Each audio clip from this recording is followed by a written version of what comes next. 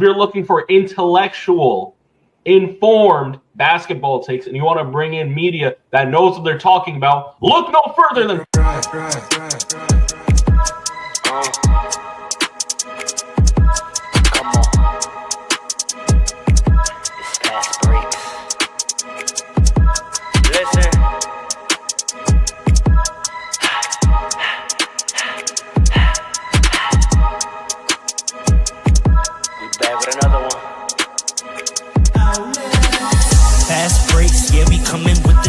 never early, never late, but we always push the pace, yeah.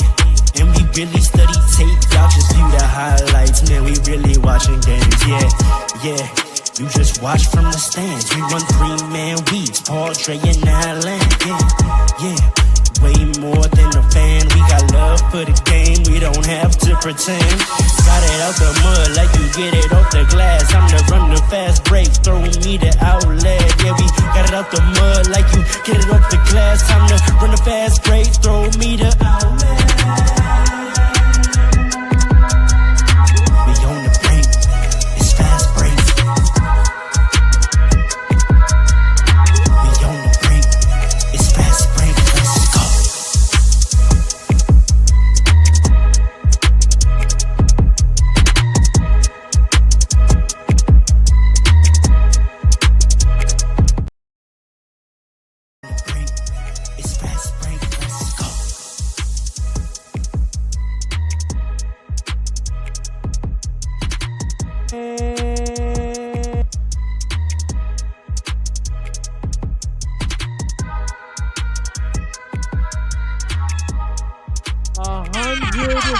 Episode. That's great, family. I just had to show y'all the virtual background before you saw beautiful faces, because I need to let y'all know what's going on here. Loud and clear, 100 episodes in the book. Make some noise.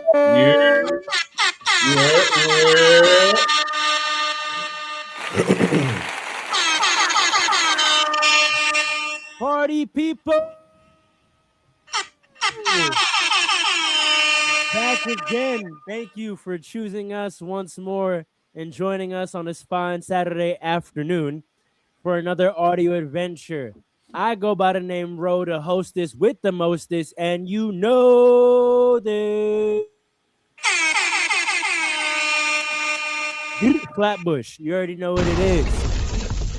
Joining me today, we got our full ensemble back together. The full roster is healthy and active. First and foremost, the man in the middle, Mr. Consistent, the author, America's favorite Haitian uncle, King Dre Sakpase.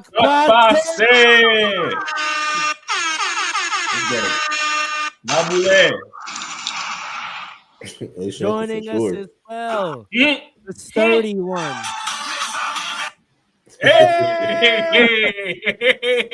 Joining us as well. Put him back on the Haitian uncle, man. Go crazy. Go crazy. Go crazy.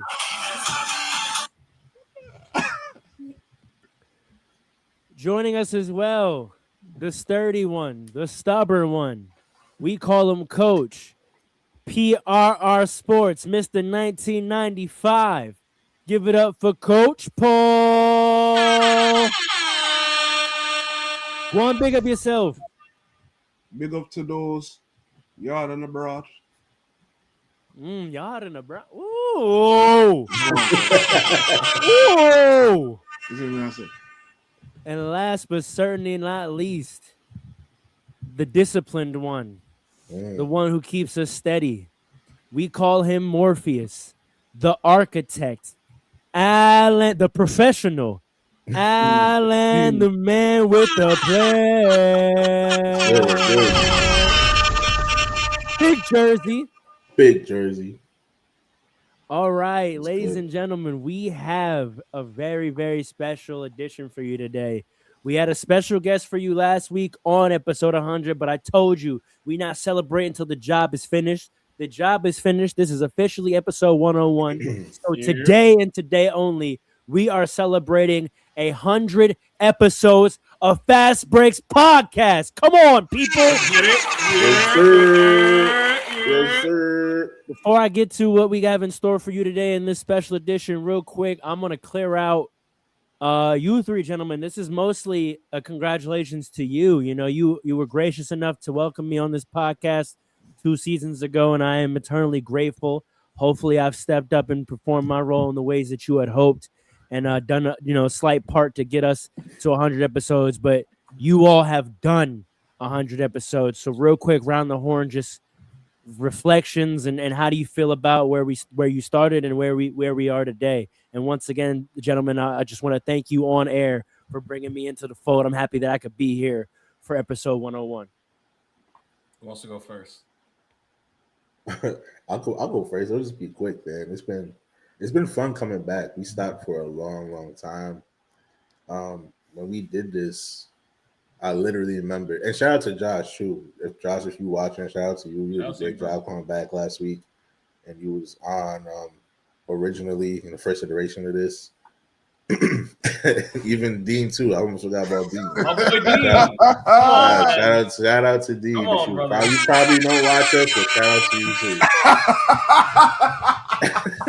Shout out to him. But when we first started this, I always had fun doing it. We started doing this in a classroom at St. John's University. Let's get it. And just coming in the classroom together, just 4 mics and 4 laptops. And we stopped for a long time, and when we came back and brought Furrow in, I'm still having just as much fun doing it. We're doing it through like online now, but at the end of the day, we just talking hoops, and there's not much more fun than that. That brings out the kid in me again. This is what I used to always do in lunchroom tables, just talking with my friends, and it's been dope as hell. And I'm happy to be doing it. I'm happy we got fans. I'm happy we're growing. I'm happy.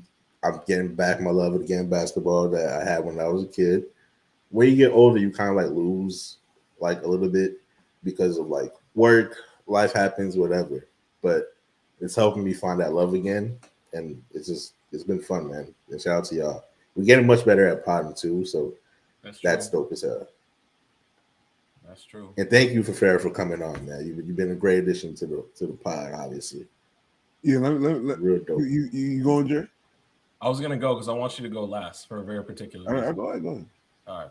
And the reason why I want him to go last is because not a lot of people remember, or hopefully people remember the first iteration of this podcast, but what people don't know is that before Fast Breaks, there was the Soapbox, started by Paul Robinson. Okay? Big facts. It was a blog, and this man was kind enough to bring me in. And we started talking about Alan. We started talking to Josh, and then somehow we were just chatting. I don't know if y'all remember that in Marillac. We were just chatting, and we're like, "This will be a good podcast." Yeah. And then I don't remember which one of us said it, or maybe we all said it at the same time. But we're like, "Why don't we just do that?" And that's how the Fast Breaks came to be born. That's what happened. But it started off with Paul Robinson. We call Alan the architect for the correct reasons, but Paul was the visionary that foresaw this. Back when we were sophomores at St. John's, man. That's when this all started, man. So big up. I am. Wow, I got a little emotional, but Put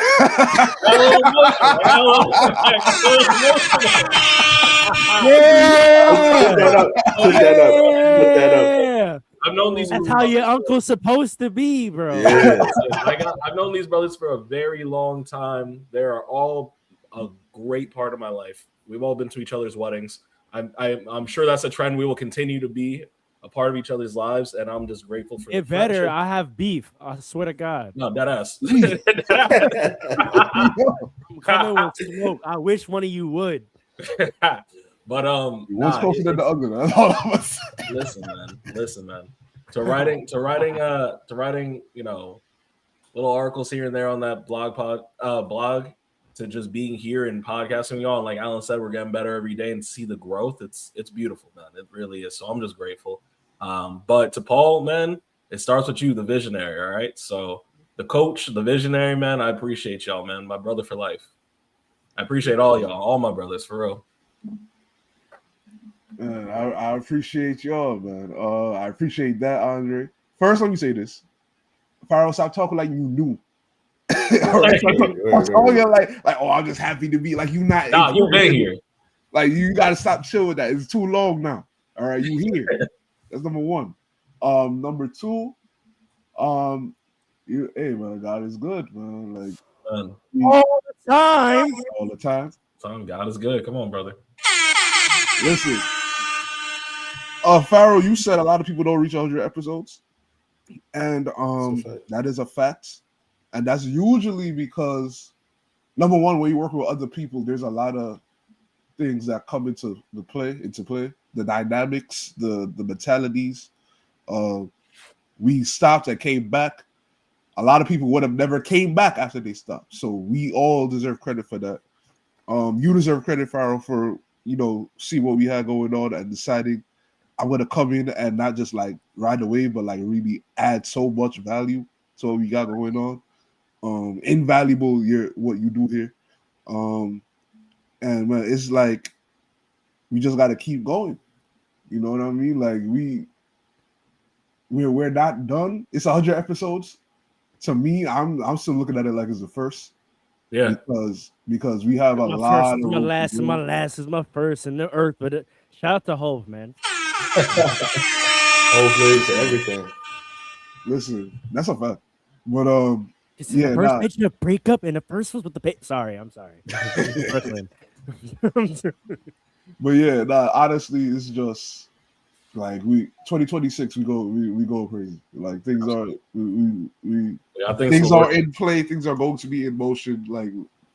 Like that's what I'm focused on. I'm not like I'm grateful for the 100 episodes, but to me, we have a long way to go because I see like where we are going to be going. So tune in, send this to your friends. Good basketball conversation. You're not gonna see a dynamic like this. You got a Lakers fan. You got a Knicks fan and a half. Hold on. Hold on. Wait a minute. Hold on. You got a New Jersey Nets fan. Where else do you see New Jersey Nets fans, man? That's a fact. Not Brooklyn, New Jersey Nets fans. Come on, right. Listen, just keep streaming, keep watching, keep sharing. Let's get to it, man. Last thing I'm gonna say is, Paul, I want to echo your sentiment. We are just getting started, but I also think we are in great shape, and we should acknowledge that. I mean, that's both on Pod Talk and on Hoops, man. Last night was some good basketball. I can't imagine a better environment to walk into our 100 episode celebration than the basketball we played on 2K last night. If y'all not hip to our stream, Fast Breaks Podcast on Twitch every Friday night, 10 to 12. We might even go to 1 for y'all if we feeling good. And last night we were feeling good. 5 straight wins in a row. Crew level going up. We got 2 gold bar level players. Almost got 399s. We coming for it. We just getting started. Listen, I've only had the game 2 months. and it's getting there. So just tune in on that journey as well. Pro-Am soon come. I'm announcing that on air. I'm putting the pressure on my teammates on air. Pro-Am soon come. If y'all watch the pod and y'all 2K, y'all play 2K, and y'all want the smoke, send the smoke. We here for all the smoke, okay? We just had a guest on last week. If you want to come here and talk your itch, we will all the smoke as well. Come on the pod, get on 2K. Everywhere hoops is being discussed or dealt with, we are with that. Matter of fact, real life too. We got the team coming in the winter on the real court. You want to go to the park? You want to go to the rec center, the Brooklyn Center, wherever you want to do any type of basketball. We with all that.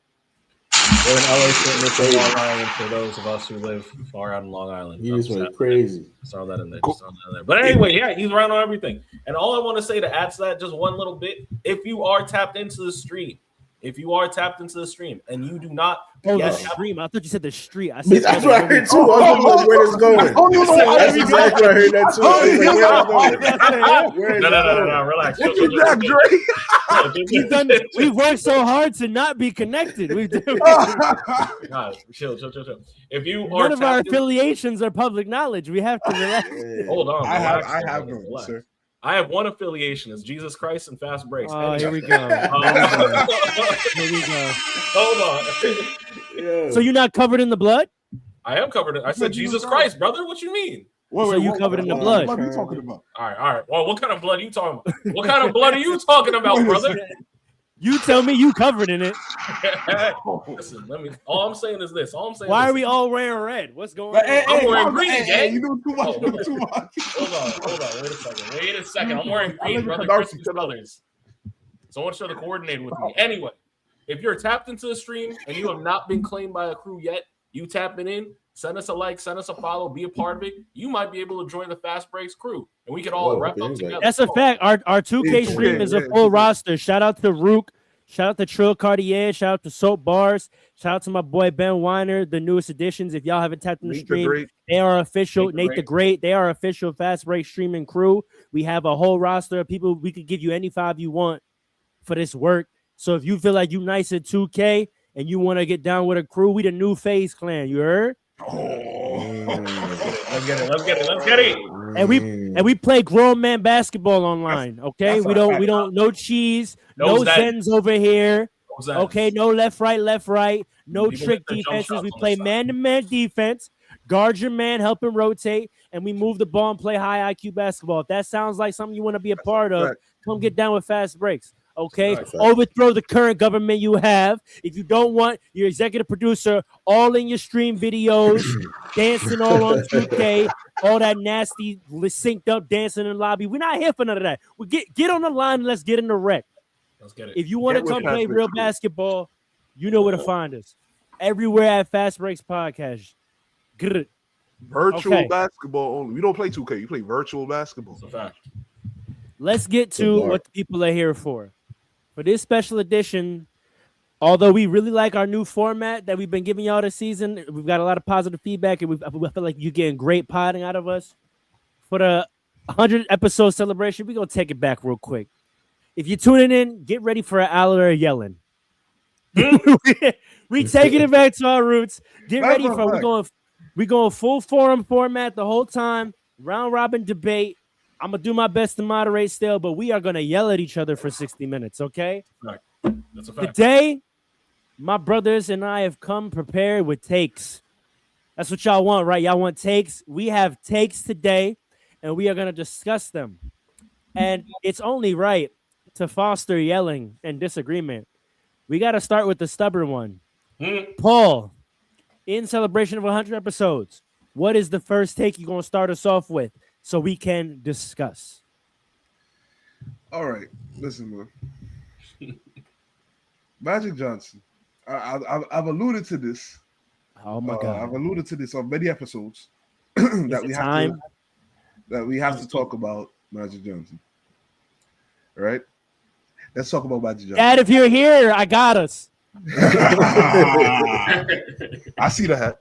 Listen, Magic Johnson. This is Magic Johnson's Hall of Fame teammates. All right? Oh, that's how we're going. Okay. Kareem Abdul-Jabbar, James Worthy, Michael Cooper. He played with Jamal Wilkes as well, and Bob McAdoo.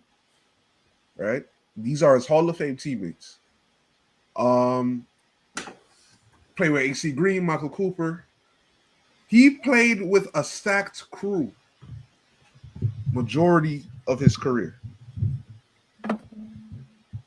He kind of gets off because he was drafted to the Lakers, right?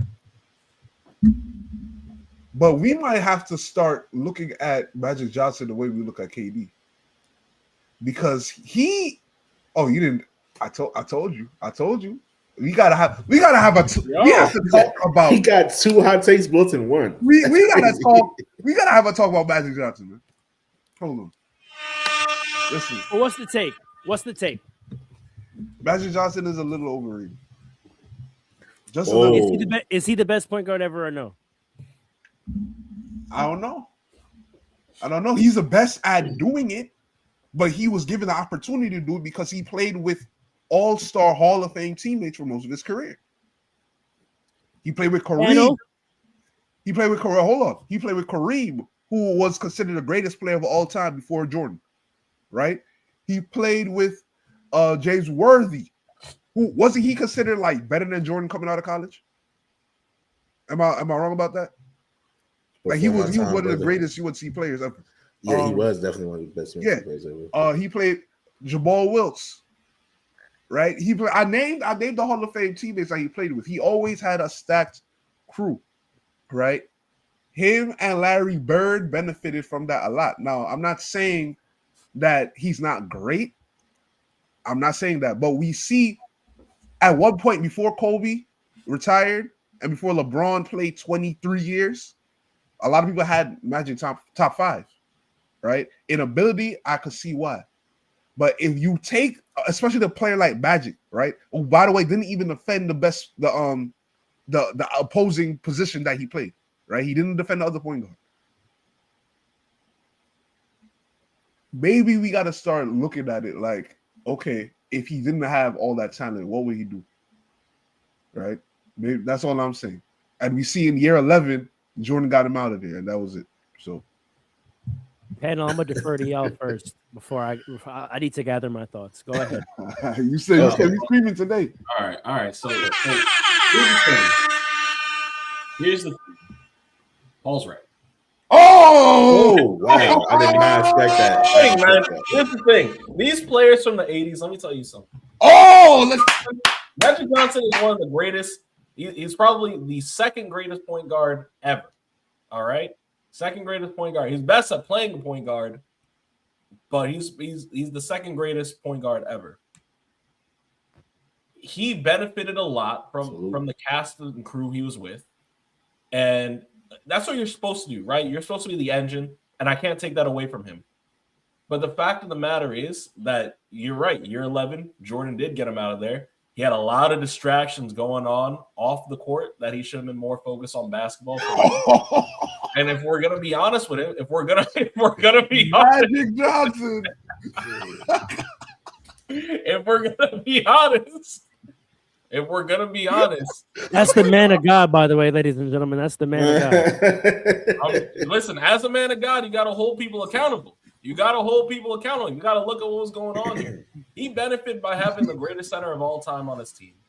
If we're keeping it a buck, and I think people rate him, especially old heads. They rate him. Magic Johnson was one of the greatest I've ever seen. He definitely, between him versus Bird, I think he takes the era.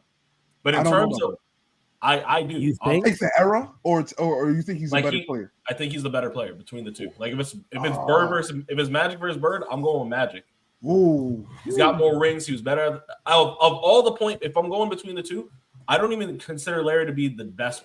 Like he's not the best small forward ever. Oh my gosh, he's not. So I'm not violating him. I'm just agreeing with Paul. I think he's slightly overrated, especially by old heads. Where I have him currently in my list, I have him as 6 or 7. That was not a joke. That was not. Oh, come on, man. That was not supposed to be anything. Okay? But I'm just saying, I think that anybody that has him in his top 5, you're smoking some. You're smoking some for real. Respectfully. What was pure in the 80s? Respectfully. Or disrespectfully. You can take it however you want. I can't help that. That's not my business. Yeah, man. You done? I'm done. But I'm not finished. I'm done. Let me stop. Man, I can't disagree with y'all more. I'm kind of surprised y'all having this take. I'm not gonna lie. I'm kind of surprised. One, I don't think it's fair to say that Magic Johnson just like benefited off like his all-star teammates and having these guys.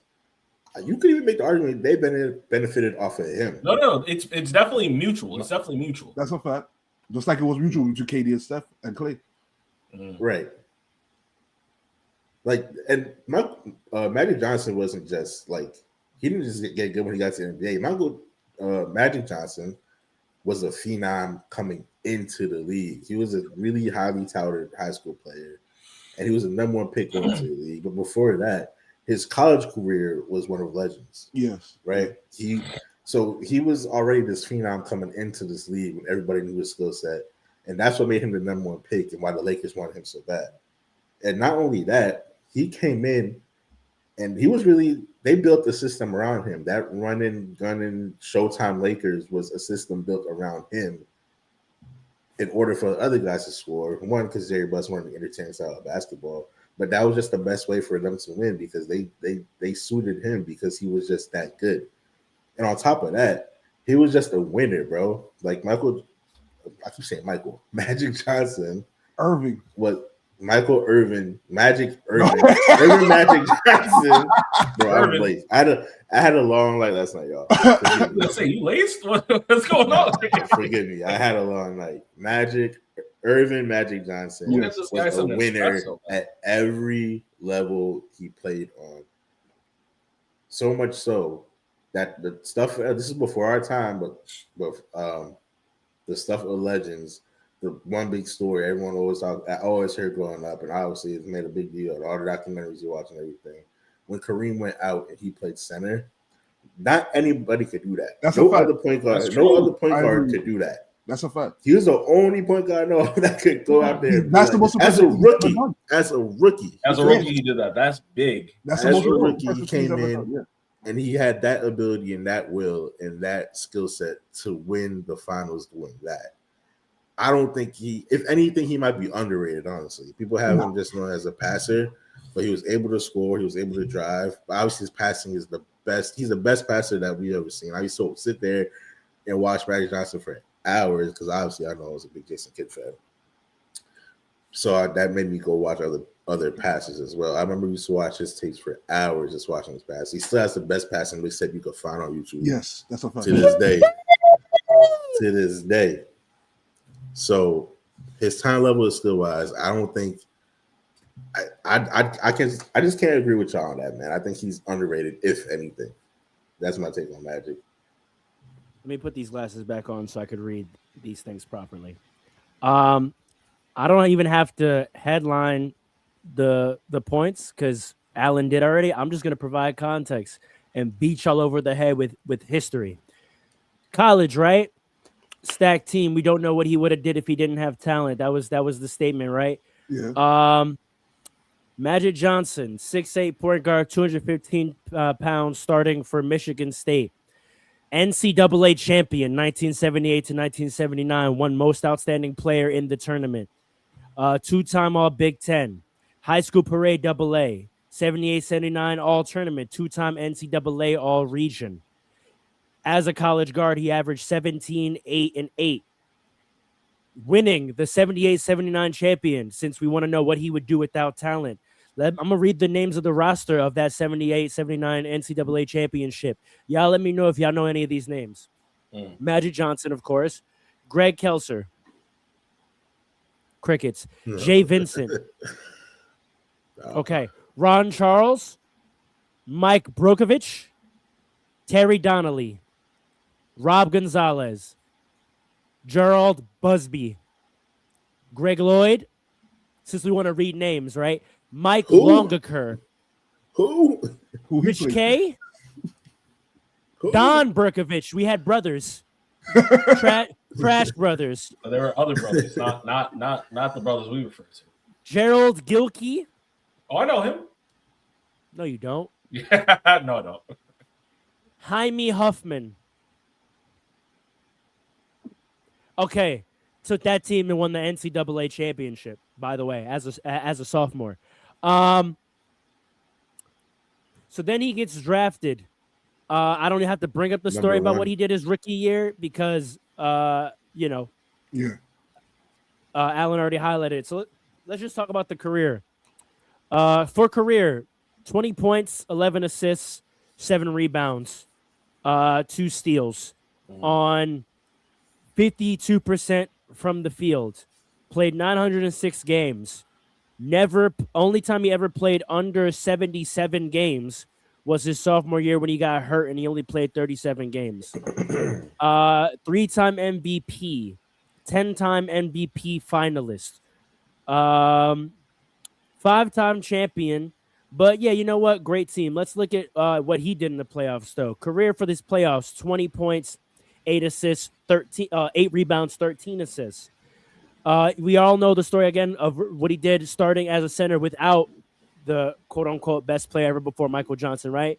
That player goes out. What does Magic Johnson do? So what happens when that talent is not present? He steps up. Let's talk about what he did late in his career. Let's talk about his playoff runs in the late 80s, right? When Kareem barely could move. James Worthy was relegated to a rotation player, not an all-star. And the Pistons were beating them. Right. Let's see what he did. 89-90 when they 89-90 in the playoffs, averaged 42 minutes a game and averaged 26 points, 7 rebounds, and 14 assists. And that was 10 years into his career. Okay? Did the same thing in 85, 86, 86, 87, 87, and 88. So when the pressure is up, he elevated. He didn't rely on these all-star teammates you speak of. 1 year in the playoffs, he had two in the 84, 85, and 85, 86 playoffs. The man averaged 16 assists each year in the playoffs. That's and that crazy. that passing highlight tape y'all talking about, is he giving the ball to incredible players who are scoring in isolation, or is he giving people the easiest shot you've ever seen in your life? So, in fact, Paul, what I'm going to say is, no, Magic Johnson did not play with the greatest all-time talent of all time. In fact, all the players you named outside of Kareem are Hall of Famers because they played with Magic Johnson. Magic Johnson made so many people look so good. They won chips and got into the Hall of Fame. Because what did they do when Magic was not there? When he retired after the 91 season for reasons that Dre disrespectfully tried to allude to. I wasn't being disrespectful. But I'm also not when he wrong. retired, y'all tell me what the Lakers did between 91 and 95. He brought him back as a coach. But tell me what the Lakers did with all that talent. Because all those players you named outside of Kareem were drafted after Magic, right? Meaning they were younger than him, right? But hold on. He got drafted as a sophomore, and his first retirement was in 91, 12 seasons in, right? So he's not that old yet, which means all the players you named are that much younger than him. So when he retired, what did the Lakers do? Tell me what the Lakers did between 1991 and 95. Go find Kobe Bryant. Not yet. Not even. He was drafted in the 96. Nothing. They just stayed. They were a lottery pick. They were trying to get in. With all that talent, right? That first year, they were that first year. No. Kareem wasn't there though. Yes, he was. No. When did Kareem retire? Like 91. Let's see when Kareem retired. 92. So you're admitting that it's just Kareem then? No, what I'm saying is when you take talent and put them all together, right? Especially what did that talent do without Magic Johnson there is my question. When Magic wasn't there, it wasn't just Magic not being there. Kareem's last season was 88, 89. The two best players weren't there. You understand what I'm saying? Kareem was cooked. Those last few championships were on Magic Johnson. Kareem wasn't cooked. He wasn't at an all-time great, but he still had something left, which is why he played and they won chips. He wasn't cooked. See, we have to disrespect other people to highlight Magic Johnson because he played with a lot of good talent. I'll tell you. 91-92, they get to the finals behind James Worthy averaging 20 points a game. They lose 3-1. They lose 3-1 to the Blazers in the first round. Mm-hmm. Okay. So first round blowout, right? Right. Don't the Blazers go on to be in the finals that year? Yes, with Clyde Drexler. 92-93, 39-43. They finished 5th in their own division. All that talent you spoke of, right? 93-94. Who was on these rosters though? All the talent that you spoke of. Kareem's You're saying there. that, but is that true? Is James Worthy there in 93-94? Yes. He's younger than Magic. Remember, he got drafted after Magic. He did. That don't mean that he had his little. Listen, you got to understand, this is the 80s. Yeah, right? The 80s, they weren't playing 15, 20 years that much. James Worthy was injured in 93-94, and he retired in November of 1994 because of said injury. Because Magic was gone. He retired because Magic was gone. Okay. You see, this is what I'm trying to say. We have to disrespect the players that he played with in order to highlight him because he played with so many great players. It's not disrespect. Ask them. They'll tell you. He said that? Ask them. He said that, or you're saying that? Listen, ask James Worthy what he feels about Magic Johnson. No. I know everybody loves Magic. Listen, he's a great person. Like, he's just the person that everybody loves Magic. And he gave them the ball, right? But I'm saying what you are saying. Did he say that? Go look it up, brother. I don't know why you can't just say yes or no, but okay. Okay, here we go. Hold on. 1993, 1994. The Lakers were 33-49. Right. So in those years without Magic, all that talent you spoke of missed the playoffs twice and got blown out in the first round. I don't believe all those players were there. I'm trying to tell you. We're talking about players drafted in the early 80s. So Their career was 10 years and it was a wrap. What's your list? I have, all right. I know Michael Cooper was playing at that time. He played a long time. My list is Kareem, Worthy, Paul Wilkes, Bob McAdoo. Bob McAdoo played he played from the 70s, right? Kareem, James Worthy, Michael Cooper, Jamal Wills, Bob McAdoo. I'm not even talking about, I didn't even bring up Byron Scott. He was playing still. I know he was playing still, but I didn't bring him up because he's got a Hall of Fame. Great player, did his role very well, but was it like that? Norm Nixon, was he still playing? Yep. I'll tell you right now. He was still playing in the 90s? Bob McAdoo stopped playing in 1986. 1986, right? Yes. So that's what are we talking about? Like Kareem Abdul-Jabbar retired in 89. Bob McAdoo retired in 86. James Worthy was injured in 93 after the 92 season. So he's old and decrepit at that point. He retires in his 12th year in November 1994. So by the time all the great talent, because it's the 80s and everyone's getting beat up for years, it's not like it is now, man. Exactly. And let me say that. Would you say when were those last retired dates? The last one was James Worthy in 94, but he struggled all 93 with an injury. So for 3 seasons without Magic, he did nothing, right? 2 seasons. First season, he went to the playoffs. Second season, he was injured. Third season, he retired because of the injury. And you can't just say this without. He retired on what date in 94? Magic retired on what date in 94? Magic and Kareem.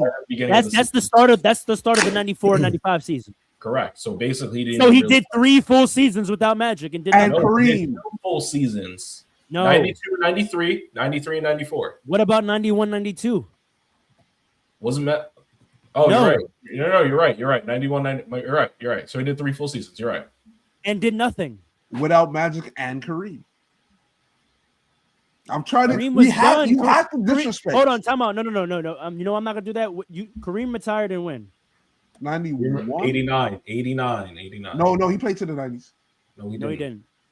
He retired. His last season is 1988-89 season. Oh, okay. So that means 89-90. They just had Magic, right? And James Worthy. Yes. Tell me what they did. And wasn't Jamal Wilkes there? Tell me what they did. Wasn't Jamal Wilkes there? In 89, Tell 90. me what they did. Yep. They still made it to the playoffs. What did they do? In 89-90? Yep. Went to the finals.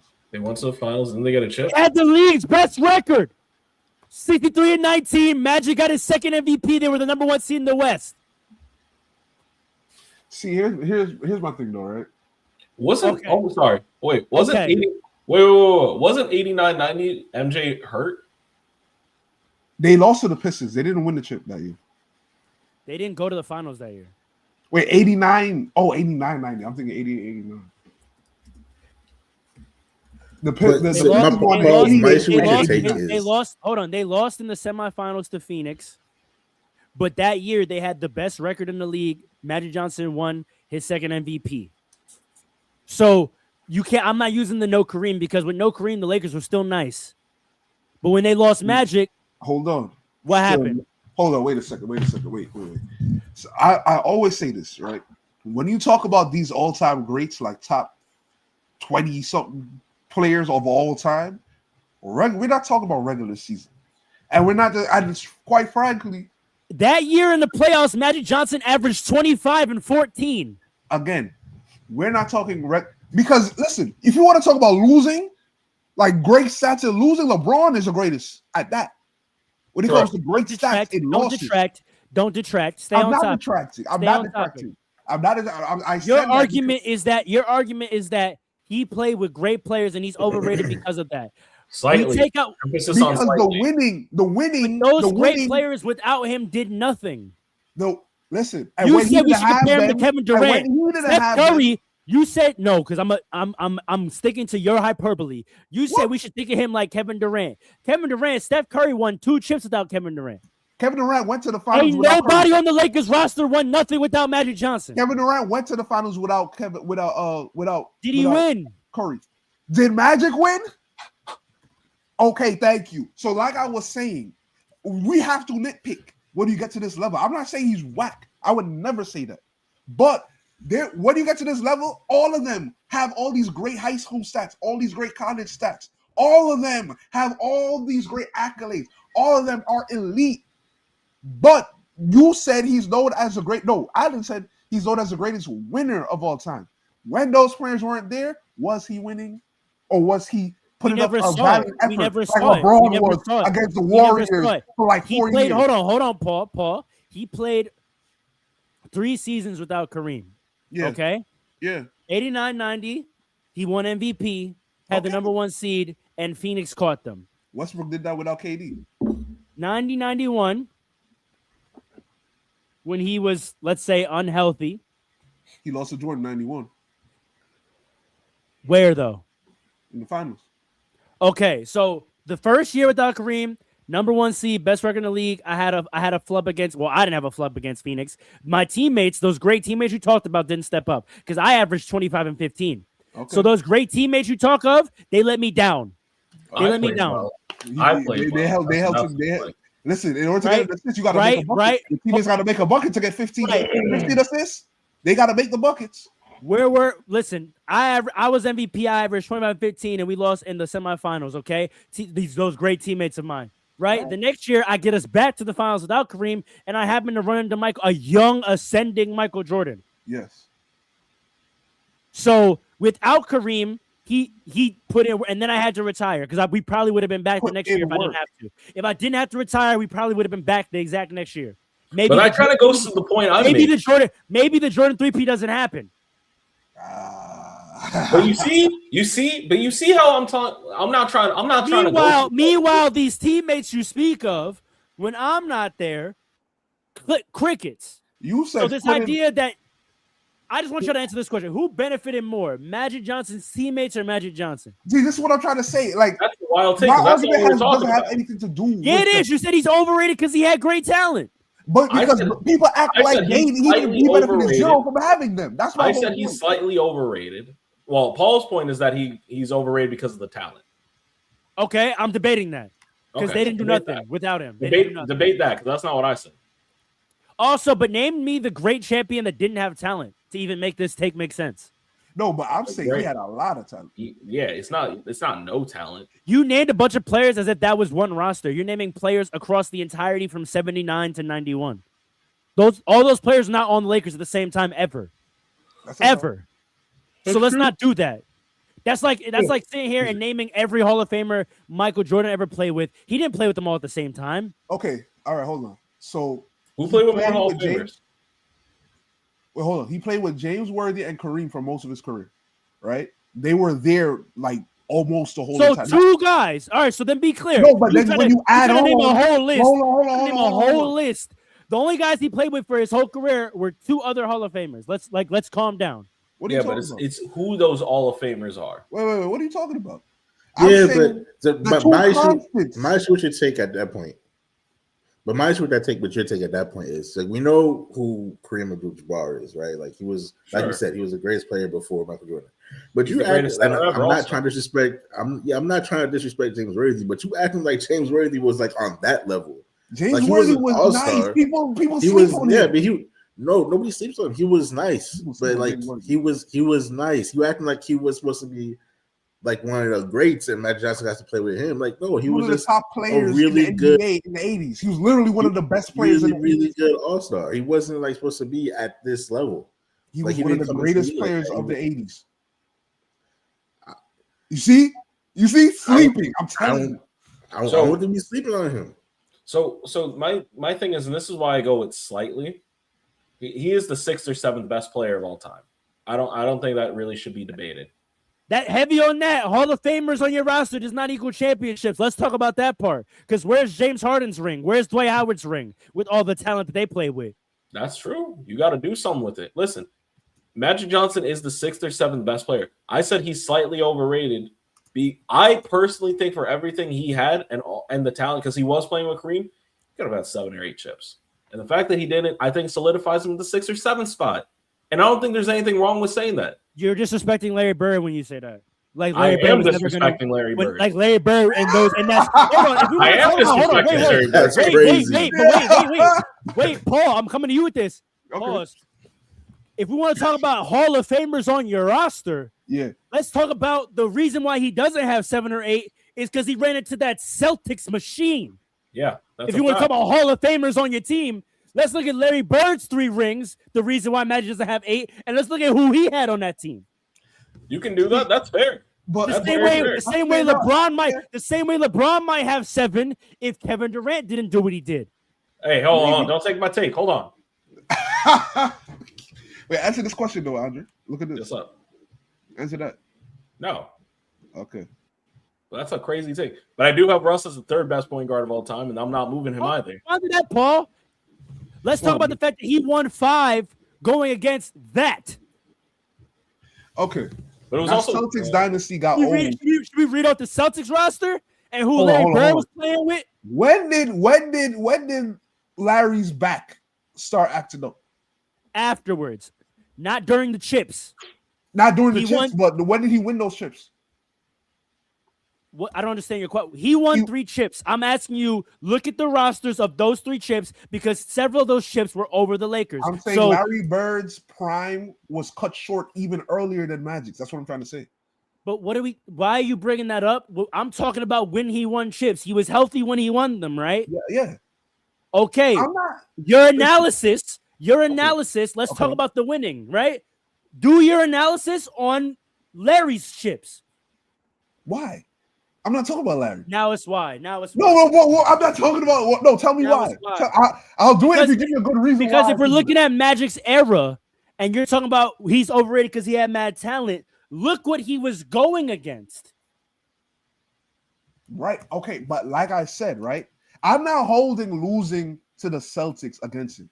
I'm not doing that. I know you're not, but what I'm saying is you're holding him having talent, but look at what the league looked like. There was the league. No, it wasn't the league. It was the Celtics. And then when they went out, the super teams were That was the league. Let's be real. Before Jordan got drafted, the league was with Lakers and Celtics. And let's be so serious.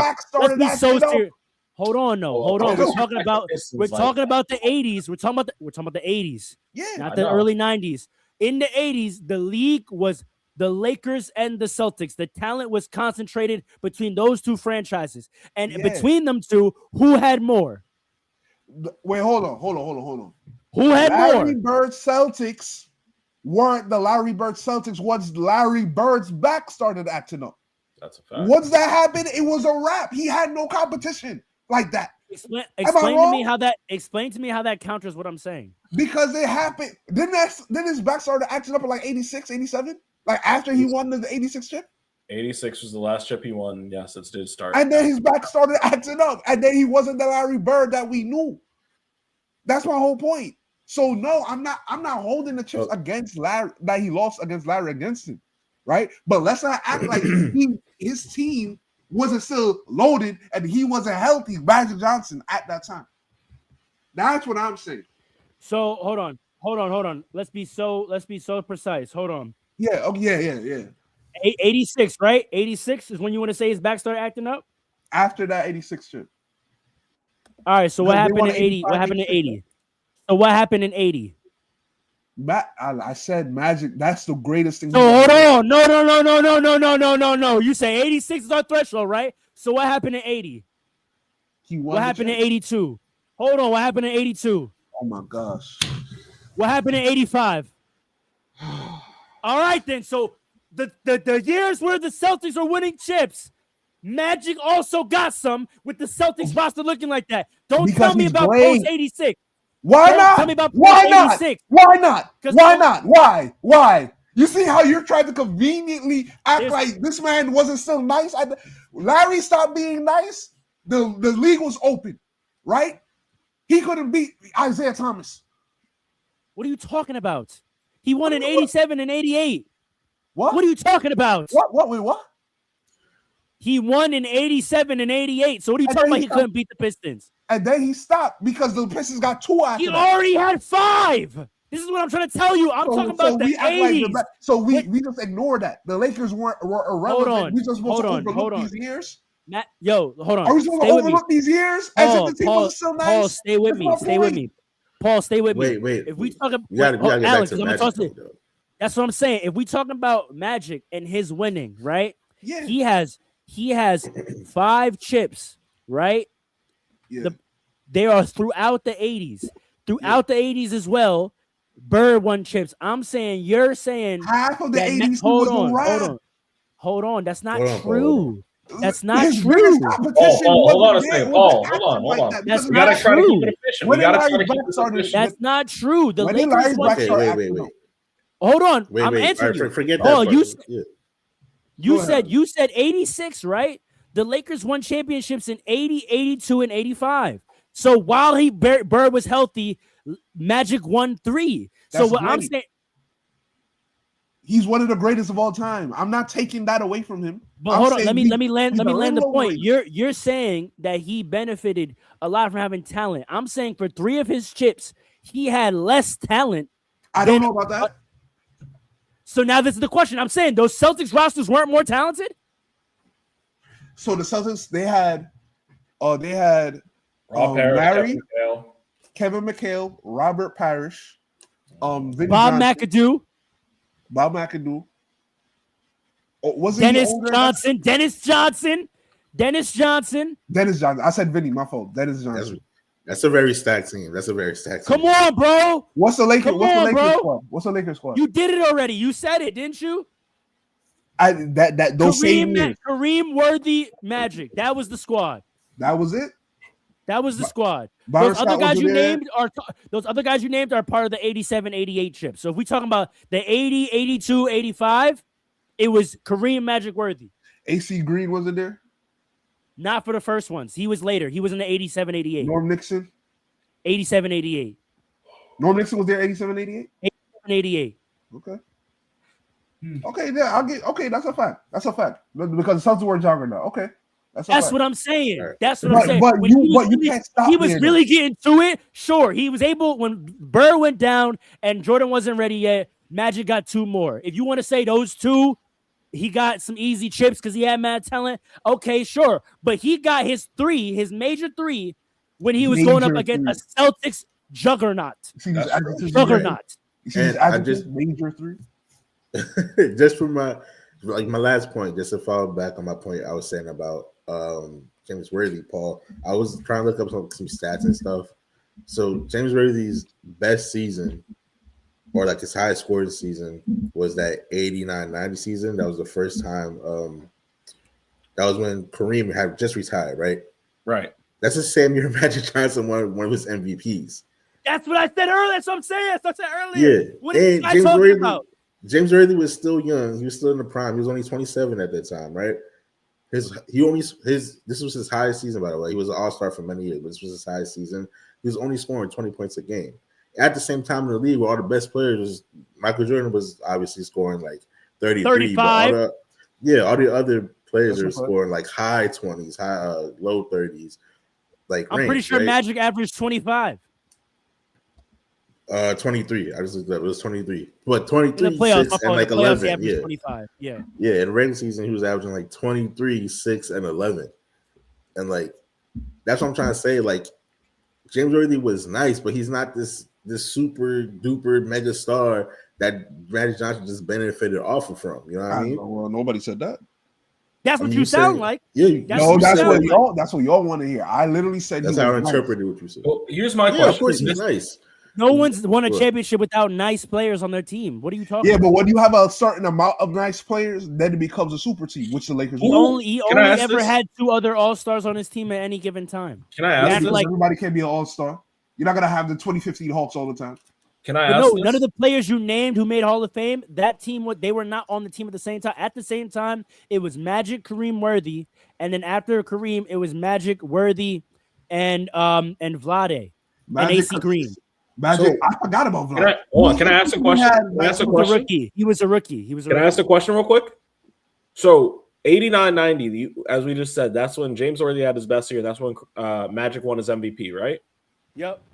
Who did Portland have that outplayed them? Clyde by himself? No, you want me to pull up the Blazers roster? They might have had us a bonus. Like I'm really trying to find out. Because why Clyde and Sabonis is a problem. Clyde and Sabonis is an issue. I don't think they had Sabonis at that time. I don't think they had. Who's on it? They had they had Drazen. They had Terry Porter and Drazen Petrovic. Terry Porter, yeah. The Dragon. That's a next level. They had Clyde Drexler, Terry Porter, and Drazen Petrovic. The Dragon. Duckworth. That's true. Was over there too. Buck Williams. They had a nice team over there. That's a nice team. It wasn't nicer than the Lakers. It wasn't nicer than the Lakers. It wasn't nicer than the Lakers. I'm not saying. Okay, but whose fault was that loss, though? But whose fault was that loss, though?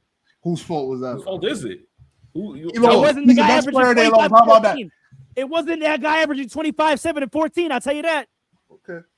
All right. See, this sounds like a LeBron. He's averaging 25, 7, and 14. Can't get past the Trailblazers. I think my take changes if he gets past them and he go, because if they go against Detroit, the very next year they went to the finals. And then they lost. They lost to an ascending Michael Jordan. I'll give them that. That's fine. But they should have gone to the finals. Ascending Michael Jordan, Scottie Pippen, Horace Grant. I'm not talking about that. Let's not do this. Let's not. That is the one. That is the one. No, I'm talking about 89-90, where they should have gone past the Trailblazers, because if they did, they're beating the Pistons. Okay, you know who fault that sounds like? The guy who's never been number 2 before and all of a sudden has to be number 2. The guy who got to be number 3 for many years and then all of a sudden had to be number 2. You said something about Kobe did it. Kobe did it.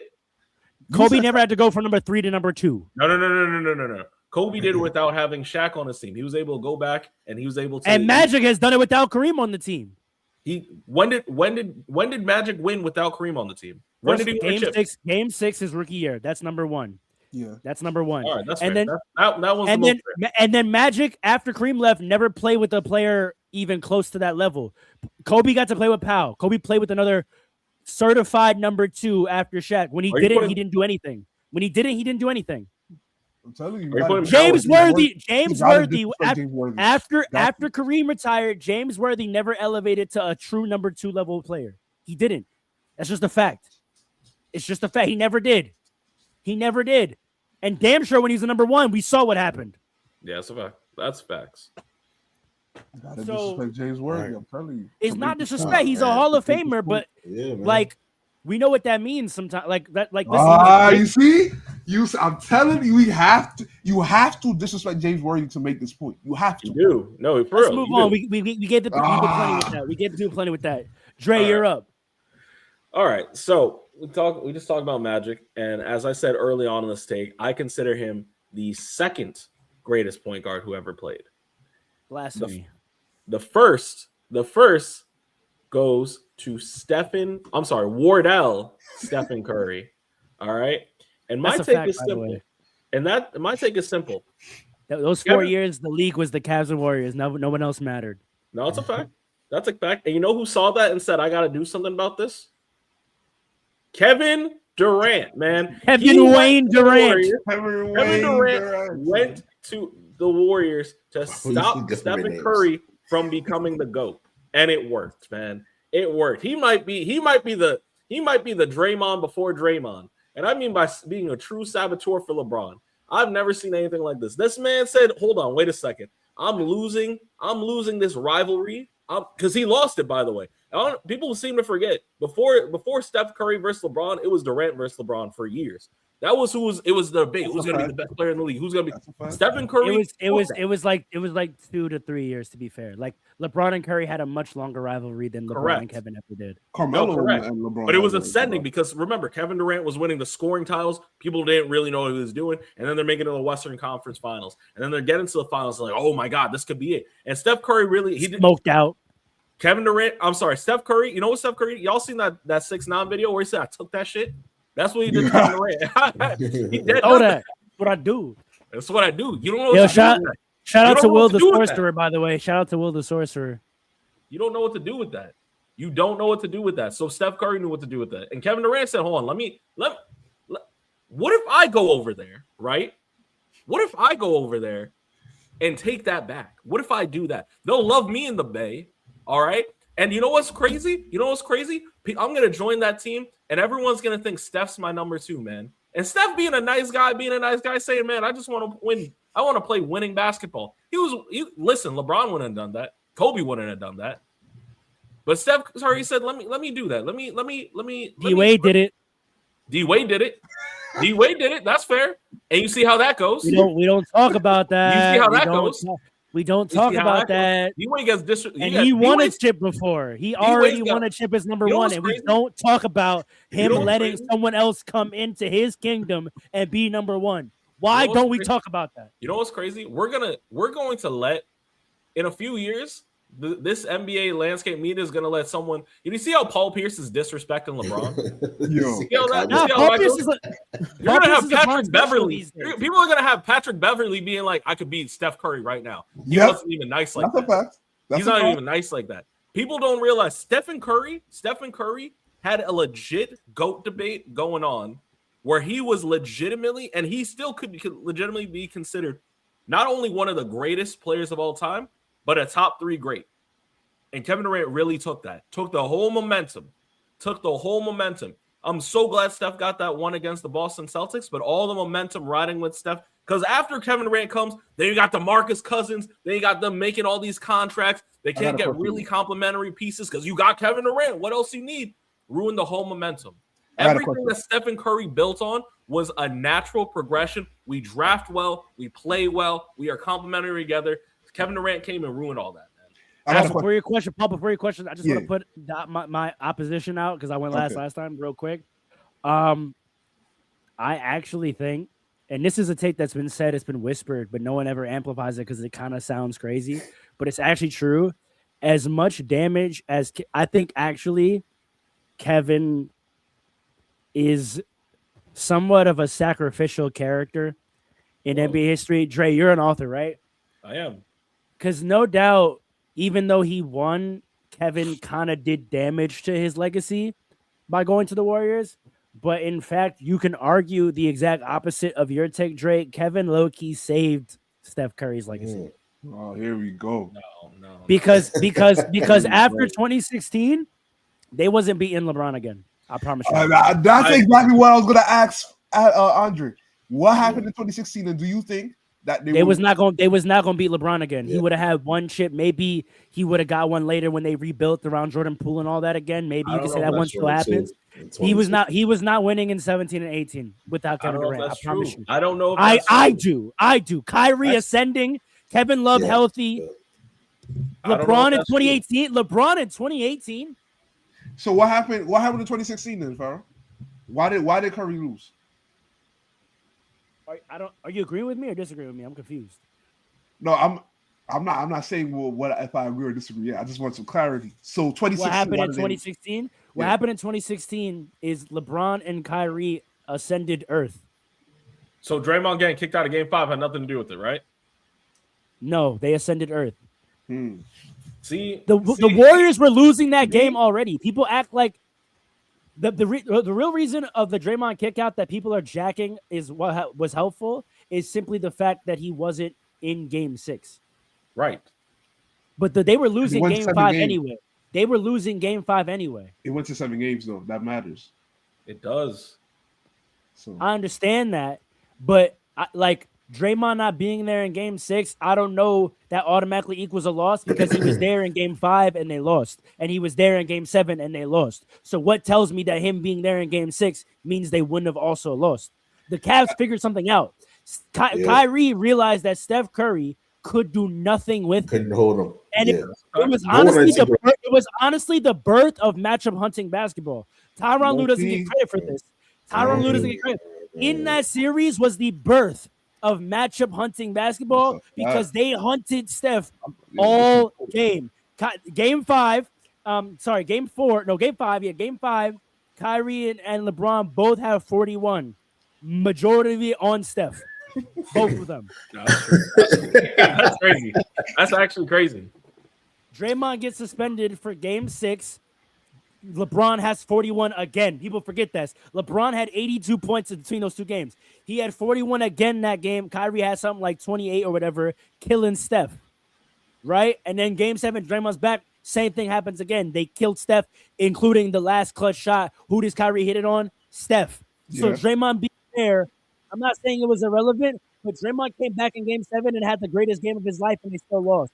So I don't stacking his suspension is the reason they lost. I don't get it. So you don't believe that Curry was injured at that point because a lot of people say his knee. That's a different argument. If you want to go to that, that's a big conversation. But the Draymond thing, I think, is a non-starter because he was there in 5 and 7 and they lost. He played as good as he could possibly. He played the best he ever played in his life in game 7 and they lost. So why are you telling me him in there in game 6 matters? That's fine. We don't know because we don't know. But I do know he played the best game of his life in game 7 and they lost. What was he going to do more in game 6? We're going to repeat it and have a different outcome. Response to what? Listen.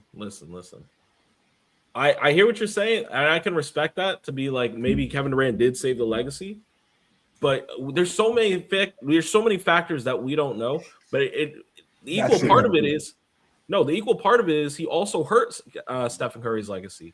He really did. How? Let me tell you something. They were going back to the finals of next year anyway. Who's to say they don't get another complimentary piece and make it back? We don't know that. Like who? We don't. There's so like much we don't know. No. We it's history. We can look. What was the free agent class that year? Who could they have got? All the Warriors needed. You know what? I'm gonna hold my point. I'm gonna hold because I got a lot to say. Alan, jump in here. So like, I've had that thought before, Andre, but like when you think about it, it forces you to think like, okay, what are Curry's arguments right now for potentially being like the GOAT or one of the GOATs? And then it forces you to think about like the arguments against why he's not the GOAT, right? And much like Pharaoh was saying, that 2016 finals alone might have taken him out of it because of that one big ass turnover that was crazy.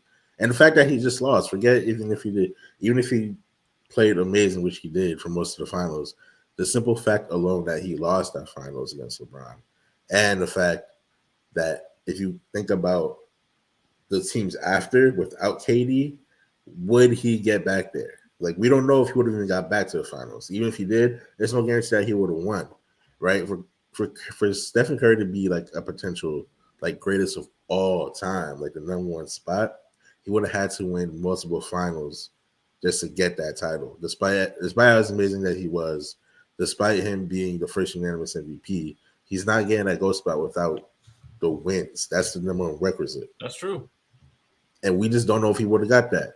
After Kevin Durant, he's only won one more. So at the most, he could have had just 2 on his own, right? And in between time, we just don't know. So like, it's hard for me to say that Kevin Durant took away his potential GOAT thing. And maybe he did, because there's no saying that what could have happened, because if Curry won another one in between that time without KD, it might change a couple things. But I don't think those Warrior teams are enough without KD to become that big of a dynasty and win. So I guess that's really my point, is that like, are we sure Stephen Curry would have won multiple championships without Kevin Durant? The more than the 2 that he got. Would the Warriors really become this big of a dynasty and cement him in that? Because that's what the question really, that's what your take really forces us to think about. You know what I mean? And I think there's strong evidence and arguments that they wouldn't have. To your question earlier, Dre, about they could have added someone complimentary. That summer in free agency, Kevin Durant was the number 1 free agent. LeBron was technically the second but he was never leaving Cleveland. He just did that thing that he always does with his contracts. Do you know who the third? You know who the third best free agent was that summer? Was it Rudy Gay? Gordon Al Horford. I'm seeing Blake Griffin and Gordon Hayward were available. Nope. Was Rudy Gay available? Nope. At What's 2017? It's 2016. The summer of 2016 is when they added Kevin Durant. July 4th, 2016. I'll never forget it. The best free agents were Kevin Durant, LeBron, Al Horford, Drummond, Whiteside, Conley, DeRozan, Batum, Wade. Interesting. Batum? Nick Batum, yeah. They already had Harrison Barnes. They weren't going to sign Nick. Let me talk and let Harrison Barnes go. Hold on. The other thing I wanted to add to why we have strong evidence and argument that they wouldn't have won. Not only was there not really other talent for them to get better, the Cavs got better the next 2 years in a row. People forget that the Cavs won the 16. The Cavs won the 16 chips and got better the next year. Who'd they add the next year that got them better? Channing Frye. Yeah. Look at the records. We can look at the records. We can look at the records. The 2020, 2017, 2018 Cavs, they won 50. They went 50 and 32. They had Jay Crowder, Channing Frye. They added George Hill, Kyle Korver. I want to talk so badly. Go for it. Please. Look, okay. First of all, right? Deron Williams, D Rose, and D Wade. No. Deron Williams. No, not that version. Not that version. That's hilarious. In 2016, 2017, they won 30. No, deadass said we got better. We got Channing Frye. What? No, they added what are we talking about? Y'all acting like Channing Frye didn't become. Nah, he was a boy. He was a boy. And they added Richard Jefferson and Kyle Korver. No, Richard Jefferson was there already. He was there already. No, he was in 16. Oh yeah, you're right. In 16, he was there. I remember that. He was not. Richard Jefferson was nice at that time. He was nice for that. 16, he was there. Yeah, they added Kyle Korver and Channing Frye, and I'm pretty sure they led the league in 3-pointers made that year. Probably. But listen. First of all, don't forget how they stomped through the West. They lost one playoff game in the entire Eastern Conference. Sorry, the East. They won one playoff game in the entire Eastern Conference playoffs that year. Okay, listen. All right. First of all, Nomad's comment is right. Kevin Durant should have went to the Clippers. Everything would have been. Ew. No, he should have went to Boston. Number one. Number two, right? No, Boston would have been unfair. I didn't like that. He should have stayed his ass in OKC and made them. That's the real answer. Yeah. Made them sign a shooting guard. They need to get rid of Anthony Roberson, and he should have made them sign a shooting guard. Yeah. Anthony Roberson. But anyway, you know who they could have added? You know who was a free agent? DeMar Bradley DeRozan. Beal, restricted. No, Bradley Beal wouldn't have worked out. Restricted. But listen, they could have added DeMar DeRozan. They could have added. Yeah, Pau They could have added Harrison Barnes. Didn't DeMar go back to the Joe Johnson was available. Come on, man. Listen, Dwight Howard was available. Like, let me talk. They were good at it. They needed another wing. They needed a wing. That's what they needed bad. Who? Courtney Lee was available. Who? And Richard Jefferson was available. The Thunder. Oh, you talking about the Listen, all they needed was a starting level. Aaron Aflalo. All they needed was a starting shooting guard. Shout out to Kendrick Lamar. Listen, we got to let's talk about the Warriors though. Let's stay on the Warriors. Sure. First of all, a lot of people say that Curry was not 100%. Pharaoh, you could say whatever you want about. I'm here. Okay, yeah. You can say whatever you want about the Cavs and how nice they were. At the end of the day, went to 7 games, and we took a game-winning shot basically to win. Right? If Curry was healthy, because Curry did not perform well for most of those games, and a lot of people say it was because of the knee. If the knee was healthy, they might ankle. It wasn't a knee. I think it wasn't in the knee. It was ankle. It's an ankle. It's always. I know he had ankle issues, but I think that it's always been his ankle. Okay. Well, whatever, the ankle, right? If he wasn't hurting at that time, and I'm not giving you slack for an ankle injury. I'm so sorry. Listen, depending on how bad it is. Would you give LeBron slack for a wrist injury that he claimed the next year? I didn't. Was cast? I didn't, and he averaged 30 points in a press triple double. conference. And he averaged 30 points in a triple double. So what are we talking about? Yeah, Curry did not perform well at all, right?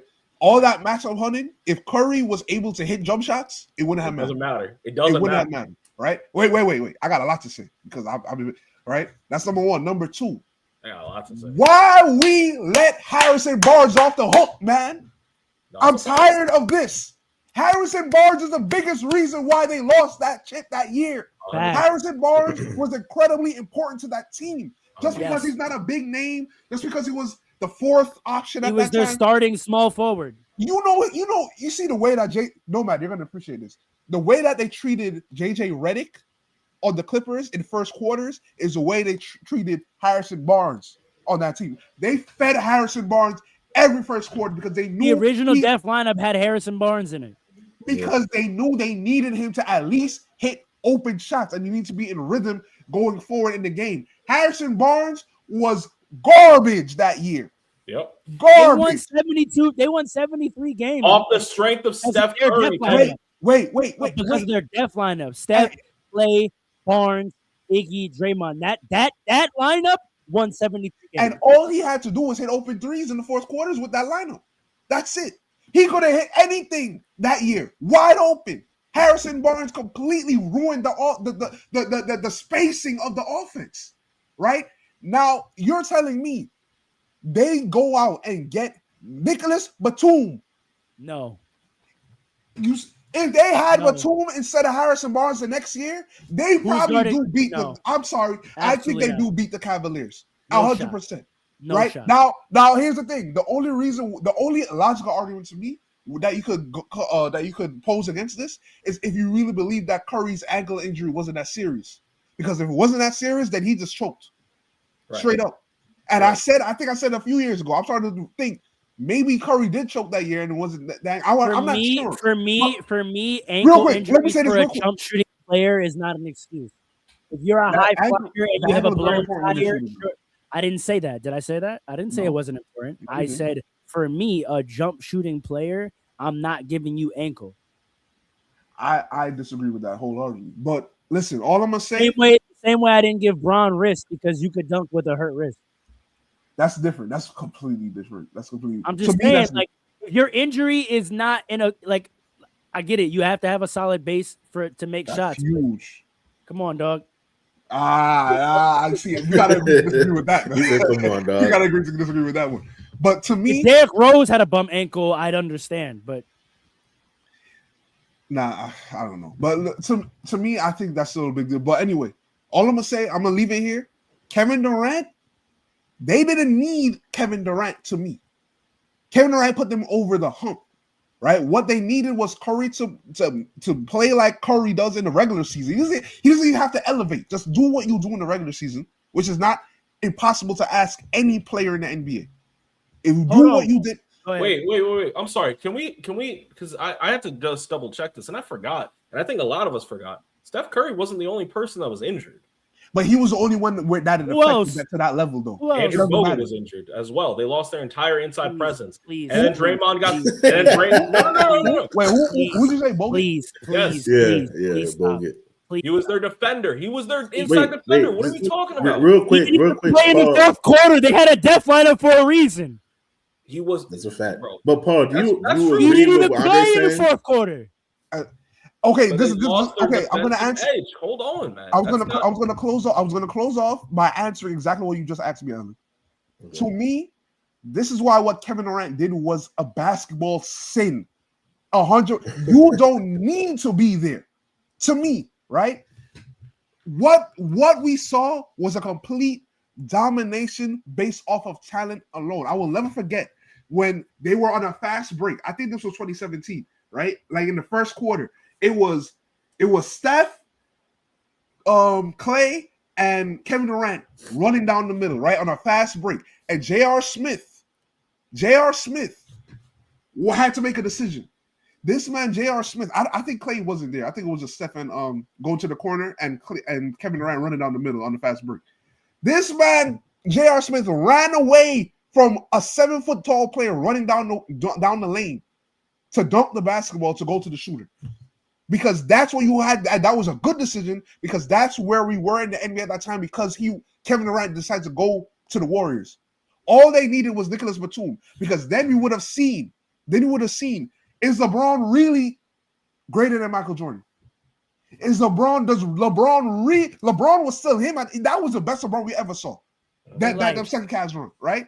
And that's why I say they're not winning. There's no way in hell. There's no way in hell you're beating that LeBron. There's no way in hell you're beating that LeBron. Dre is taking a stance. I'm saying I don't know. No. I'm taking a stance. I'm saying no. And Ro, no. If you think that's the case, then you might have to start saying that he's the greatest player of all time. I think y'all forgot the take. The take wasn't that Steph Curry was necessarily going to be the GOAT. The take was Kevin Durant went to the Warriors to stop it from happening. Like so intentionally? Yes. Yo. That's the take. like he thought about the Hold on. Another thing, we're acting like that Cavs roster never beat the Warriors on a basketball floor. I know they got something both finals. They beat them in Christmas. But That's about it. Yes. Series. So me seeing that tells me without Kevin Durant, you're not beating LeBron. Nah. I'm telling you, can't say that. When I saw the Cavs beat the Kevin Durant Warriors on a basketball court, I was like, without him, y'all, there's no way. Here's the thing. Man. Here's the thing. There's no way. Here is that was the thing. Christmas, though. This is the point. Into the year.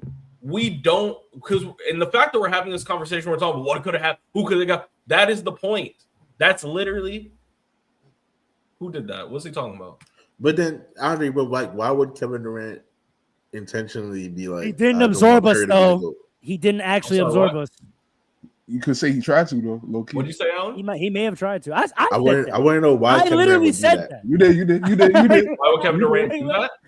Yeah, because he lost his position. That was it. He lost. He completely lost the shine. Completely. Because he had a 3-1 collapse. The bum. Yeah, I wanted to see what he was going to do to come back from that. You know what I mean? Like that. We should have seen. He gave up. We should have seen. He gave up. But then, but like, why would that make him want to go ruin Steph's thing instead of like somebody else? Because the only way, honestly, if Steph had wanted to insert himself back in the conversation, is what you're saying. Correct. He was out of the conversation, and by joining the Warriors, he reinserts himself in the predominant conversation. So that's very different from saying what you just said, but that makes sense to me. It's not that different because here's the difference. He also had he blew a 3-1 lead that year, right? No one talks about it. It completely gets overshadowed. Completely. People still talk about that. Not as much. No, not really, because the bigger 3-1 collapse is the Warriors because he lost in the conference finals. He was effectively out of the top conversation. He was a narrative. The him rusting was a narrative, but it was no longer the dominant narrative, especially considering how historic the 2016 finals were. Correct. So he was a complete afterthought in terms of top of mind NBA until he did that. And then he became the story of the NBA. And the success of it was effective because who is considered the number one option on that Warriors team? It's not Steph. It's not Steph. Even though we consider the debate between LeBron and Steph. Even if he wasn't, the early story of the entire NBA was Kevin Durant and Steph Curry trying to figure out how to play together. Correct. That was the whole. No one even. The only other time I've ever seen a champion talked about less was the 2011 season. Yeah, because LeBron went to Miami. Yeah. Like no one cared about the 2-time champion Lakers. They just won a back-to-back on a journey for a 3-peat, and that was a less big story than what's LeBron gonna do with the Heat. Kobe could have got his 6th chip and nobody cared. Nobody cared. Yep. It's crazy. Until they played each other, right? And then it was the biggest thing in the world. Right. Yeah, you're right. That's a good point. Listen, we're not. Listen, everybody talks about Katie talks talking about he's a hooper. Katie's also a shrewd investor. That man be thinking. He knows what he's doing. Yeah, he knows. He knows what he did. The boardroom. Let's leave it there because we're going on time. Alan, let me say this quick. This is the perfect conversation to have in the 100th episode. It's a celebration of the 100th episode because this topic is like the biggest topic in Fatsburg's history. It wasn't gonna be that man. I'm telling you. It wasn't going to be this too bad. Kyrie was also still getting better. I forgot to say that early. That part also. Kyrie was also still getting better. You mentioned that, Loki. You did mention that. You said Allen. He was. Yeah, so my take, and since we're using full government names this week, I think LeBron, Raymond, yes, James, yes, has senior has done irreparable, incomprehensible harm to today's NBA. Let's talk about it. Let's talk about it. Let's get it. And I will explain that. I will explain it. First of all, this has nothing to do with like LeBron's place in history. He's obviously top 3, top 5, whatever you want to say. Whatever you want to say, right? This has nothing to do with that. Extend the podcast. But we're extending it. I got a heart on it too, but let's go. Let's get it. Okay, bet. I also have a heart on it. I'm not gonna front. Yeah. Maybe 230, low key. But like in today's NBA, we have seen what we're cursed with this apron and this new CBA that's been alive for the last couple of years. And we like this new CBA, this new apron stuff is affecting teams in ways we haven't seen before. We're watching NBA teams who just won the championship drastically alter their rosters to avoid the penalties that come with like this apron and the CBA. We got the Denver Nuggets who won the championship and immediately had to get let go of key players.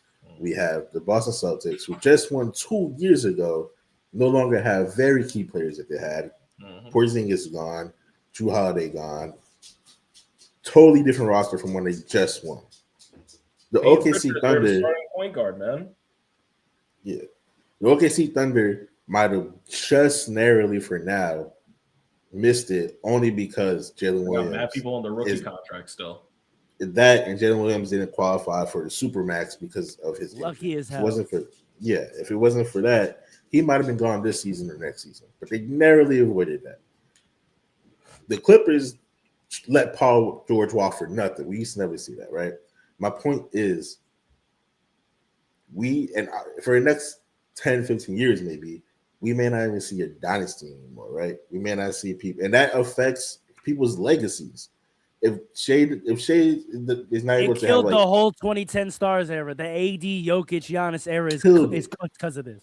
Killed it. Big facts. And so I'm saying this is LeBron's fault because I think if you follow the history of it, this all goes back to him joining the Miami Heat. This whole CBA was enacted by the owners and the league for the sake of parity. The owners did not want no more big threes. They couldn't take it anymore. They couldn't handle it. They enacted this where you lose draft picks, you get fined extra, you're precluded from making trades if your team is too quote unquote good for too long. They made it impossible to sustain the big three because of the damage what LeBron did when he went and joined the Miami Heat and became damn near impossible. That situation got even more involved when KD did what he did.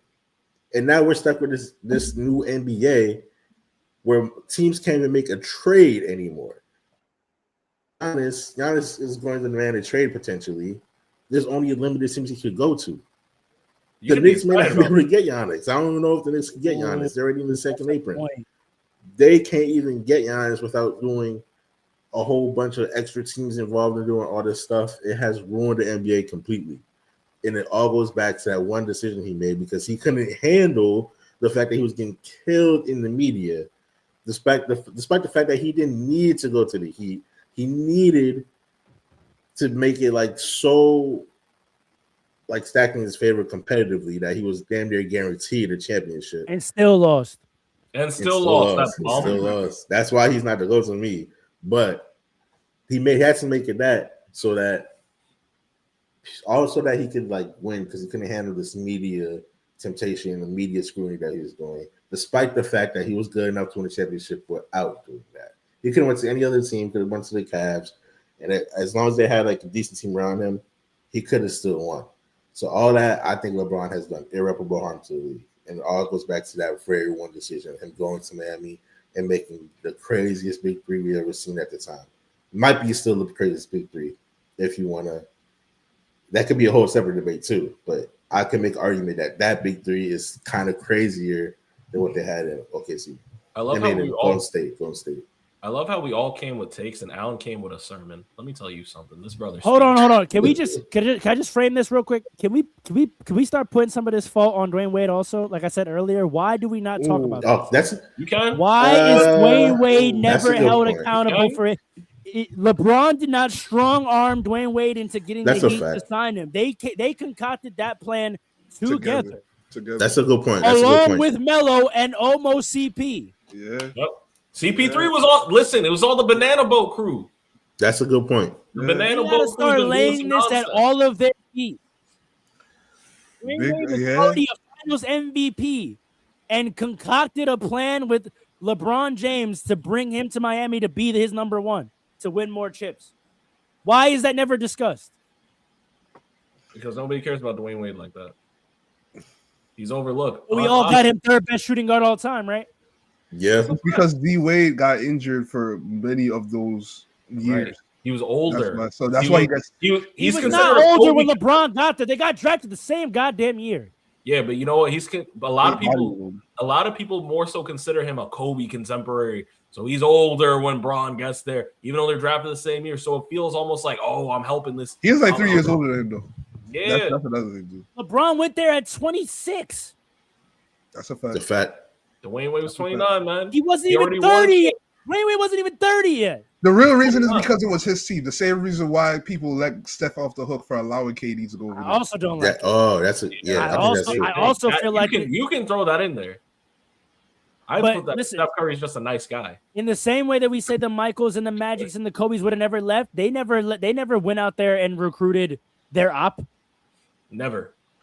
Yeah, that's funny. Imagine Magic being like, "Yo, go try to get Bird." Are you dumb? Word. Well, can I circle back to that just for one brief second? That tells you also how Steph Curry looked at KD, just for the record. Keep going. Explain. No, it tells you what Steph Curry looked at himself as. Yeah, Steph Curry considered himself like, I'm coming up. KD's not my op. Yeah, KD, that's correct. That's correct. Yes. That is correct. Toxic relationship. That's correct. I already told y'all why I said KD's a predator. He preys on young cores. Whoa. That's a different argument. Whoa. That's a really different argument. Get that off the screen. Get that off the screen. That's ridiculous. That was wild. Now, what's wrong with him? What's wrong with you, brother? Why is it not? Oh, all right. Let's not add that to the screen. Anyway, I got not doing that. We're not amplifying that message. You guys are crazy. Anyway, listen, I agree. I agree with you, Alan. I always said Kevin Durant ruined the NBA, but he wouldn't even think to do that if it wasn't for what LeBron did. That's what I'm saying. 6 years before. So I fully agree with you. I think I don't know if ruined is the word though. I don't know if it's ruined because at the end of the day there is more parity, and that's not a see to me. Parity allows us to know who's really great like that. I think the opposite. I think the absolute opposite. Everybody is mid. No. Listen, parity has created a disease, an infection of midness. Hold on. There's so much mid all over the NBA. You don't know who's really good anymore. No, that's not true. No, we know who's good. Only this year because the Thunder are heads and shoulders, but even that shows you that everybody else is mid. We don't listen to me. Listen. The reason I think we know who's great and who's not when there's a lot of parity is because if you're really like that, you dominate this era. I mean, that's what happened. That's happening right now. No, it's not. You don't know what not. Thunder do. Thunder is dominating right now. They've won one. It's been a year and a half. It's a regular season. Yeah. It's 24-1 right now. What are we saying? It's been 1 year and a half. Andre, one year and a half. Actually, 1 year and a quarter is not domination. All right, man. Listen, of an era. The media hype for you. The media is trying to turn this into a spectacle so we could be super high. No, No. I think they're good. I think they should hype this up though. They should hype this up. hype this up. Correct. Like this is gonna give this year is giving Shea the shine that you said that he should have had last year. Yes, That's true. About time. So this hype is warranted. I don't like that. This is what it takes. That's my point, though. Because there's so much mid, that. you have to be 20. You have to be 24-1 for motherfuckers to give you your props. Like that's ridiculous. Yeah. I mean that's fair. But all I'm saying is, dominate this era. It's open. Just like how Jordan, when there was parity in the NBA, if Jordan and Kobe were here right now, they would violate. Parody. What parody? What In parody? the league right now? He said there was parity when the Jordan was doing his thing. What parity? Oh, the teams were evenly balanced for the most part. Where? In what league? Jordan being great doesn't mean there wasn't parity. Well, the Knicks Jordan, wait, hold on. Jordan being great doesn't mean there was parity. Jordan being great means that he was great. How many good teams could you name? Could you name from those eras? From the 90s. Name the amount of really good teams from the 90s. Name Portland, Lakers, really good. Phoenix, Knicks. Lakers were not good. We just established this. The Lakers were not good in the 90s. First 3 years. No, they weren't. No, they weren't. We literally established that an hour ago. They were in the Lakers finals were in bad. 91. I said, come on, man. It was 1 year. 1 year. You could ignore that, right? But all I'm saying is this, right?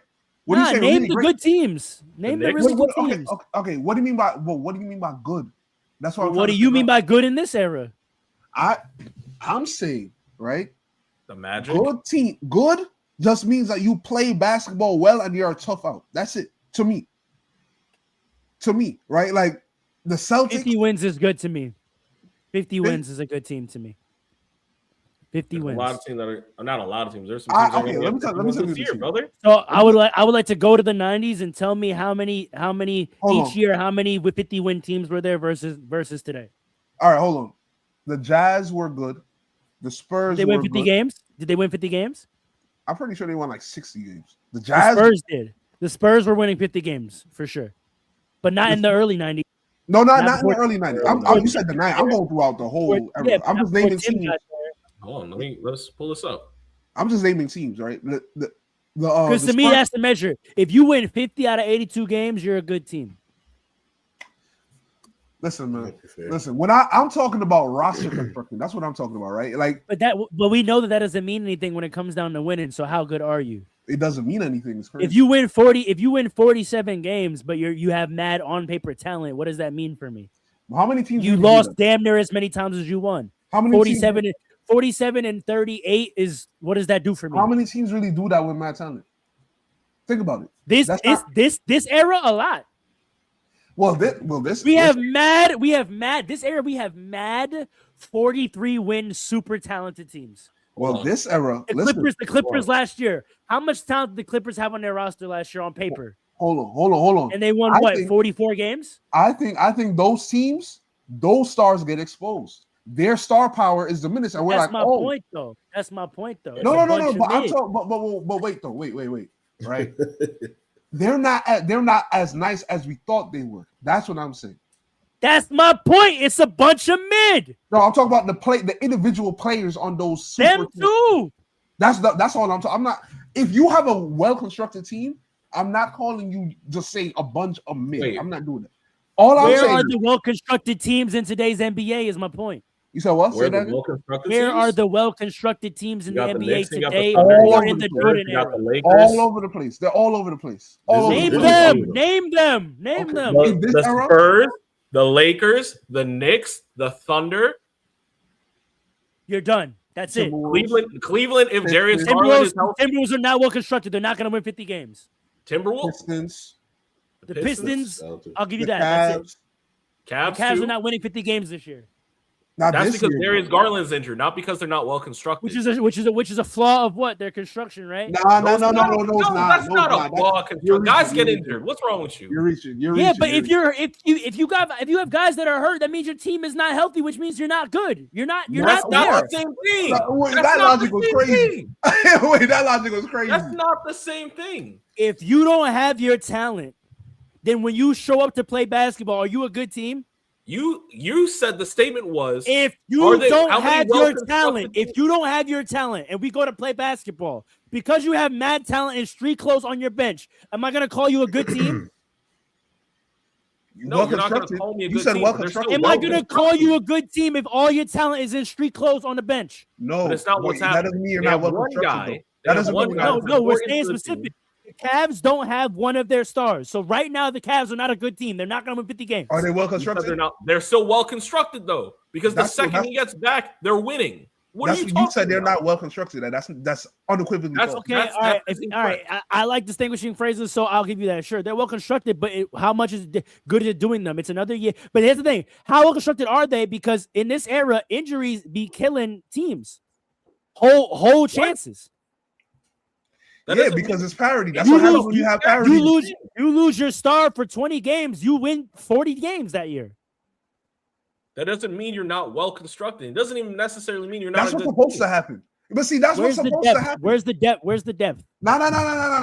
Where's your depth? Supposed to happen though, Farrell. How many? Well, no. If we want to talk about parity, if we want to talk about real parity, how many teams in the NBA today truly have depth? A couple. I think a lot of teams have Name them. Name them. The Knicks have depth. Every team the Lakers have zero depth. The Lakers have zero. You're out here preaching about their depth all the time. What are you talking about? No, I'm not. I'm preaching about our exciting whites. But you got 4 of them, and then you got LeBron. You got 4 of them off the bench, and you got Rui, the Lakers are last in the NBA in bench scoring. Yeah, but when you have that much talent, though, do you really need a strong bench? When we talk about good teams and good roster construction, depth and bench production is a part of that. This is what I'm saying. We're not going to adjust how we identify and categorize things to fit the era. We have to be objective. Because teams are doing well in the league this year or this era without bench depth does not mean that you don't need bench depth to be a good team. That's not what's happening. The Celtics have bench depth. The Knicks have bench depth. The Pistons have bench depth. The Knicks have bench depth? Absolutely. Don't even do that. Bench depth. Don't even do that.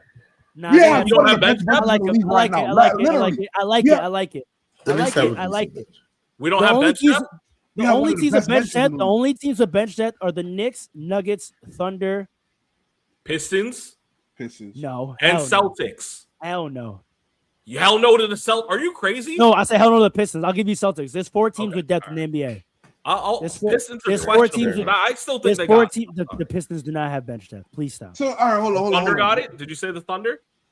Yeah, that's 4. There's 4 teams in the league with bench depth this year. Houston's got bench depth also. Hell no, they don't.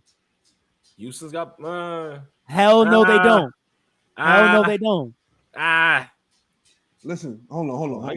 Let me check this. Hold on. Wait a second. To me, here's my thing though, right? How in depth are we going to say they don't have bench depth? Wait a second. There's ways to talk about bench depth, and I think it might be a difference in. That's what I'm asking right now. Hold on. To me, you don't have to have a strong first, second, and third option in every position to have, or first and second in every position to have real bench depth, right? To me, the Lakers define depth then. What is depth? When you could rest your stars, at least some of them, and they're not playing 40 minutes a game, and your offense is still strong, to me, you have bench depth. And that's so you just described the context. What has to happen on the court for that context to be true? What has to happen is the offense can't fall off that much. Which means what? What do these bench players have to do? Not the bench players. If Austin Reeves runs with 4 bench players, right, and he's handling the offense, and all they have to do is catch and shoot and play defense, that unit on the court is still technically a bench unit, but it's producing, which is why I think the Lakers are so good when it comes to bench. I completely disagree. You don't need to have a full 5. No. If you can leave one of your starters and one of your stars out there with 4 bench guys and not get blown up by 30, that does not make you deep. Right. That does not make you deep. I agree with Farrell. You're bugging the fuck out. Absolutely not. Absolutely not. I think you have enough, though. I think you have enough. No. You have enough. Because there's never going to be a need unless you're in the fourth quarter and garbage. Because the Thunder aren't like that. The Thunder aren't got to be like that. What do you mean they aren't like that? There are levels to it. You can leave the Thunder's whole bench in there and they perform very well. And they're going to go crazy. Are you sure about that? Because a lot of times they have Chet out there. Absolutely. They have Chet Go out look there at their a bench lot of production times. rating. They have Stop it. Last Chet out year, there a they lot. had They don't Jason use. Williams They out don't there have a lot 5 of new times. players on the court a lot. They have Shea. They're But one what of I'm their big saying moves is, always what I'm was saying with is, that. hold on. What I'm honestly. saying is, in terms of production and play Jalen style, Williams. I'm sorry, I they said do Jason not be leaving one starter out there and that star be carrying a bunch of bums. That He is not their creates the setup. offense for everybody else. But you said something very specific. You said if you could leave a starter out there with 4 bench guys and not fall apart. The Thunder don't just not fall apart. The Thunder excel still. The Thunder, yeah, but this is what we're talking about. Good teams, right? Great teams, bench depth. That's what it looks like. When you can have your bench unit in there and still push forward, you can still grow a lead. I mean, sure, when you have a starter, but if you have a starter out there against another team's bench unit or mostly bench unit, and you're a good team, you're not gonna. The Knicks are the same thing. The Knicks are every good bench. They don't have 5 new players out there. The standard for depth is not falling off. That's not the to standard. me, it is. To me, it is. No, I'm not the only person that says that. There's a lot of former players. That's an evaluation of your star. That's an evaluation of your star more than anything.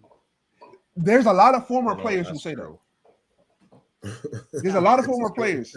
I bet they were ISO scorers. I bet they were ISO scorers, huh? Wait, I didn't see that. Oh, Who is that? Who is it? who's the Max Kellerman? That's a great question. High key me, but we don't have to go there. Who's the Molly Curry? High key Dre, but we don't have to go there. Right. Who's the what? But to Who's the circle what? it back, real quick. That's crazy. All this argument about like good bench, like going back to my point, like you get penalized for that in today's league. Just we're having a great team construction. It's now a penalty. Which is back to his point, what I'm saying. There's actually no, exactly, which is why I think Allen would agree. There's actually not a lot of parity. The rules have set up that there's a lot of mid because teams are not able to be constructed that well. You're able to get 1 or 2 stars, and then the rest of your roster is guys that are, bench players. Like depth is when you have. What more you want? You want 4 You want the Warriors again? To me, no, not the Warriors. The All-Star game. Talent was about how top loaded they were, right? I'm talking about depth where you have 2 to 3 guys on your bench that could start. I think AJ Mitchell could start. Caruso has started in a championship game. Most good teams right? have that. Good. I think there's not a lot of teams that have that right now. Jordan Clarkson. I think the top teams have that. Jordan Clarkson is notoriously a 6th man of the year. Jordan Clarkson can start. He can start it. Yes. A lot of. Well, listen. I'm not debating with you. I said there's 4 teams that fit this description, and the Knicks are one of them. Let me look at the NBA, the teams in the NBA. I also honestly, I still high key think the Rockets. They got a lot of depth over there. Who would start off their bench? What's his name? What's that new kid's name? You about to say Reed Shepherd? Yes, I am. He's supposed to be starting for them. That's part of the problem. He should be starting for them. He should 100% be starting. So you got one starter level player on your bench. Name me. I said 2 to 3. Name me the next player that can start on their bench right now. Give me 1 second. Aaron Holiday can low key start for them. No, he can't. Aaron Holiday can low key. All right. He's been on 7 teams in the NBA. He's never started once. Quentin Grimes, Jared McCain on the 76ers could start. Are you high? Vincent Grimes. Yeah. Are you high? Are you high? I'm telling you right now. Come on. What? Hold on. Because when we say start, I'm saying you would be a quality starter. Of course, any bum team can start whoever they want.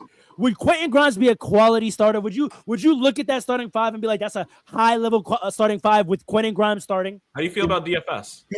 Wait, hold on. 3 and D on a good team, he could absolutely start. 3 and D. How you feel about DFS? And then Jared McCain, don't forget what Jared McCain was doing. Player, I don't know if he's a starter yet. What about DFS? What about Dorian? He's a sophomore who's not starting over a rookie. What does that tell you? Wait a second. What about Dorian Finney-Smith? No, he's not. Dorian Finney-Smith. Right. So he's a sophomore, not starting over a rookie. So what does that tell you? Alan, how you feel about Dorian Finney-Smith? What about He's a starter in this league. He's a starter. Great. So the Rockets have 2 starters. He hasn't played. Back to my point. Quentin Grimes is a starter. He hasn't played a single game this year. This is my point again. That's not.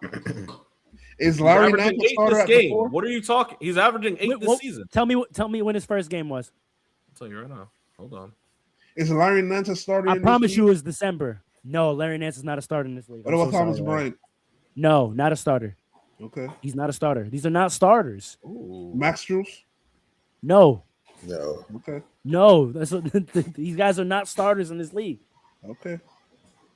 The days where you had Lou Williams and Lamar Odom and Kyle Korver and these guys on your bench are over. Jamal Crawford on your bench, it's over. I disagree with it. We got Jordan Clarkson right now. Jaime Jaquez. No, not a starter in this Jovic. league. You know why I say this? Because on most of these they're still on the NBA roster. Listen. I didn't say they're bums. I said they're not starter quality. Because you know what I'm saying? Most of the names you named, the dynamics of the team actually work that if they were starter quality level, they'd probably be starting on that team. Oh wow, no. If Jaime Jaquez was a starter level player, he would start for the Heat. Disagree. They want to get off Andrew Wiggins so bad. No, real. The Heat want to get off Andrew Wiggins so bad. If they could start Jaime and be a good team, they do it. They're showcasing Wiggins. You could say that. That's my point. They want to. If they could start Jaime and be good, they would do it. No, if they want Wiggins out of here, then you have to start him and let people know he could still play. So get something for him. Khalil Weir could start for a fact. I think he does start sometimes. And I think he does start. Sometimes when Bam is out. No, I think he starts alongside Bam. The Heat changed their matchup a lot.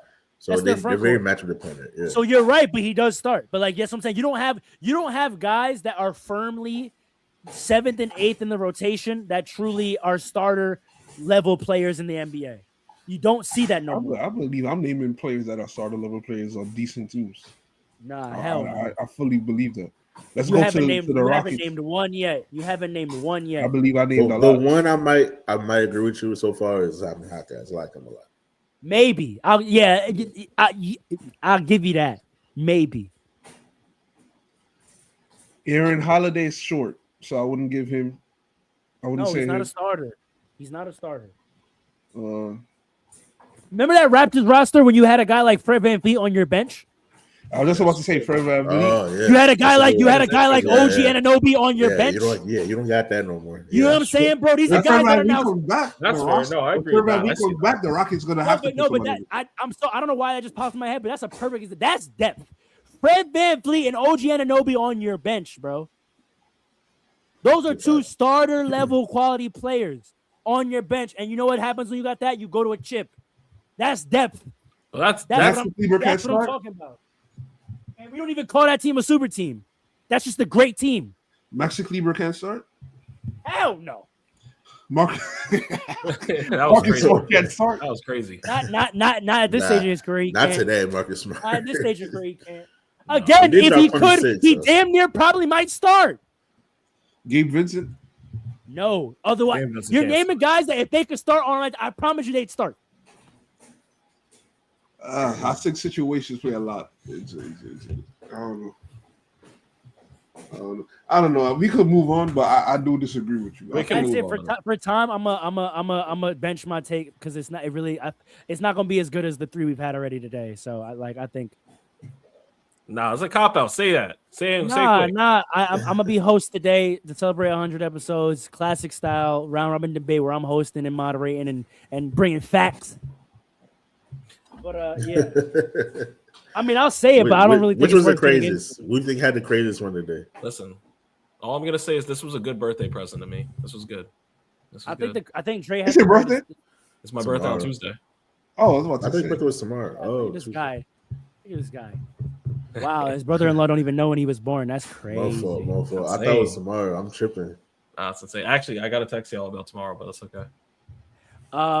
Yeah, I think Dre had the hottest take. For a fact. I told you it was going to be the hottest too. You said I got to have the hottest. It was the hottest. That's a fact. You did your job, hot takes. Kevin Durant is. Wait, this is a good question. If we take out OKC players, because the answer would be AJ Mitchell, but if we take out OSC, who would the sixth man of the year be? Right now? I'm gonna say, without even doing research, I'm gonna say Jaime Jaquez. Reed Shepard.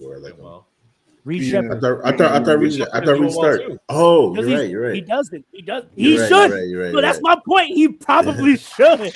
Yeah, I'm gonna go Reed Shepard. Yeah. Reed Shepard. Them having Reed on the bench is them trying to manufacture depth. That's a fact. It might be true. I'm not gonna front. I can't say Amen that. Thompson is in manufactured his depth. rightful position. No, I disagree. Look what you gotta do because of LeBron James. That's what I'm Gotta saying. You gotta put manufacture guys that are really your starters off the bench. They Oh, play man. 30. He plays 36 minutes. If you don't start that man, bro, Not over Amen Thompson. I didn't say who could be over. I just say That's he the only should one be it could be. That's the only one it could No, be it over. can't. No, it can't. Yeah, all right. I mean, Jabari Smith could be off the Joe, bench. he needs to Sorry. start. I keep I'm telling you. Jabari he Smith needs- needs to start. He's essential. The Jabari only person Smith that comes could be- on the bench is Amin Thompson. That's it. It's But got to then be you him. can't guard. Then you can't guard. You don't need to guard. He comes That's off the what I'm bench. saying. and Reach gets up. you- Bro, is where he's supposed Jabari to be on Smith the and Kevin championship team. Durant are virtually the same player. There's no point in starting both of them, bro. There's no point Why not? because you have no balance in your There's no such lineup. thing as two- You I have disagree with that. You have 4 players in the starting lineup all trying to do the same exact thing. I disagree with that. Jabari Smith Jr. is a catch and shoot guy right now. That's a fact. That's No, all see. Kevin Durant is right now. No, That's you, not- okay, don't. Oh, whoa, that's a hot take. That's got to He be the hot plays, take. no. When he plays his best on the Rockets, it's when he's allowed to be a catch and shoot player, a catch and rip player. When he has to be hyper on ball, they don't play that well, and he doesn't play that well. That's a fact. I'm not gonna say that's all. Kevin Durant at his best has always been an off-ball player. That's true, but that doesn't make him a catch and shoot player. Like that's not all he is. That's crazy. That statement would never come out of my mouth about Kevin Durant ever. I'm sorry. Of all the other statements that would come out, that wouldn't be one taking of him them. a catch and shoot, Yeah, but I that's mean it. off ball. You That's have fair. two That's guys fair. that would That's fair. two guys that would play their best off ball. 3 really. Amen, Jabari, and Kevin Durant all play their best off ball, I but think you Amen can't needs the have ball in this but you sense. can't have Şengün be on ball. So you have one of Aman or KD being on ball when they really don't want to be. I think Amen plays better When you the have ball a in his great on ball player in Reed Shepherd right there, put one of those off ball players on the bench. hands. I think Amen is great with the ball in his hands right now. He is. Great as a stretch. All right, good. He's Great good. as a stretch. He's good. He You're knows right, how to good, move good, it. He's developing. I will be great. He's getting better on ball, is what I'll say. But his best action is when he's in the dunker or a cutter. I He's don't someone know. that with his I like him in athleticism, the- I mean, like him in- I'll give cutting, I like yeah, him but you in can't there. cut all game. with his athleticism, Especially when there's no one else to handle the ball with in your his goddamn athleticism, lineup. if he learns how to be a truly effective passer, like he's someone that should go back and watch the Magic tape. High key. I thought y'all Everybody didn't can't think be Magic Magic. was that good. No, I was Yeah, you got it right. And That's then- crazy. and That's we're not what here I for a said. circle. Let's end it on that. We're here for a circle. Yo, everybody go on big up ourselves for 100 episodes. Yes, sir. But most importantly, Thank y'all. go on big up the fans. We got a few people who are still viewing. Shout out to y'all. Thanks. Love y'all. We love y'all. Only gonna get bigger and better for here. This Right. is the game of the week this week. What do we got? It's honestly a quiet out. Oh, we didn't even talk about the game of the week this week. But yeah, time. Do we want to do whatever the cup final is? Sure. What day is it on? Oh, yeah, that's a good point. Yeah, let's do that. All right, whatever the cup final is, I'm jacking. It's probably gonna be Thunder Knicks, realistically. Yes, it is. When is it? Hold Monday? on. 2K says it's gonna be Lakers Knicks. The Lakers already lost. Yeah, that's already got. What he did? Yeah. Yeah. To the goddamn Spurs without Wemby. Oh, Without man. Wemby, it's That crazy. one be You know why? crazy. Y'all You know why? Because we have no. sorry for real. So Wait, Aiden what wasn't did- dominating against He wasn't averaging 16 and 10? Come on now. Dominating. dominating, man. Come What on, happened? man. Playing like a Do fringe you know? all-star. Do you know? Against the 76ers, he went 7 for Nobody 7 cares. and had 15 and 11. Brother, I'm What going to else stop talking you about? right there. Nobody cares. Nobody cares what he did to the 76ers. I'm going to be honest with you. Nobody gives a damn. Respectfully. Is this true? Is this true, Farrell? That's Hold a fact, unfortunately. He had 11 and 8. He only had 9 shots. Like, he played well in the opportunities he was given.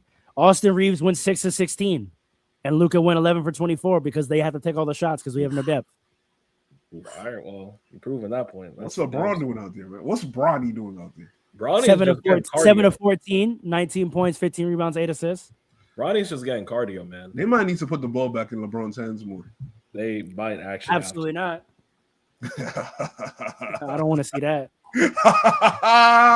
No, they need to use him as a screener both on and off ball. JJ Redick used to have a lot of off ball motion in his offense. I think with Austin's ascension, he just lets like Luka does his on ball thing and then Austin does his on ball thing. Yeah. I think they need to give Austin a rest, like not like sit him, but like in terms of load and usage, they got to let Austin relax because Austin's gassed. Yeah, he has no legs anymore because I don't think he trained to be a number one option. He didn't. So I think they I don't mean literally sit him. I think like in terms of his usage on court in the offense, they got to chill out on him and let Luka be on ball, and then the rest of our offense should be off ball motion, using Bron as a screener, giving Rui his post up looks, giving Bron his post up looks. We got to diversify the offense a little bit.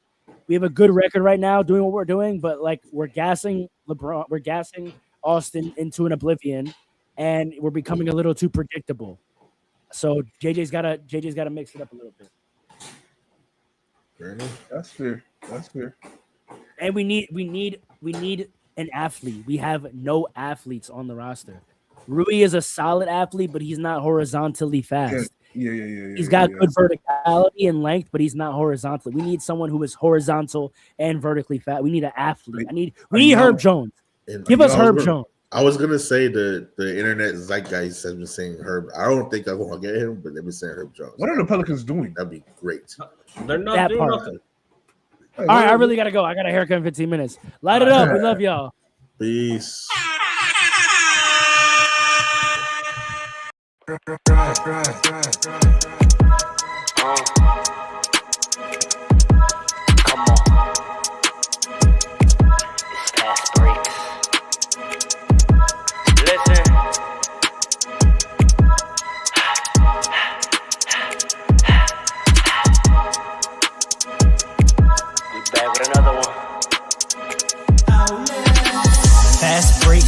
Coming with the takes, never early, never late, but we always push the pace, yeah.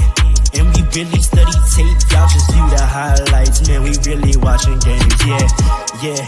You just watch from the stands, we run 3-man weeks, Paul, Dre, and Allen, yeah. Way more than a fan, we got love for the game, we don't have to pretend. Got it out the mud like you get it off the glass. I'm the run the fast break, throw me the outlet. Yeah, we got it out the mud like you get it off the glass. Time to run the fast break, throw me the outlet.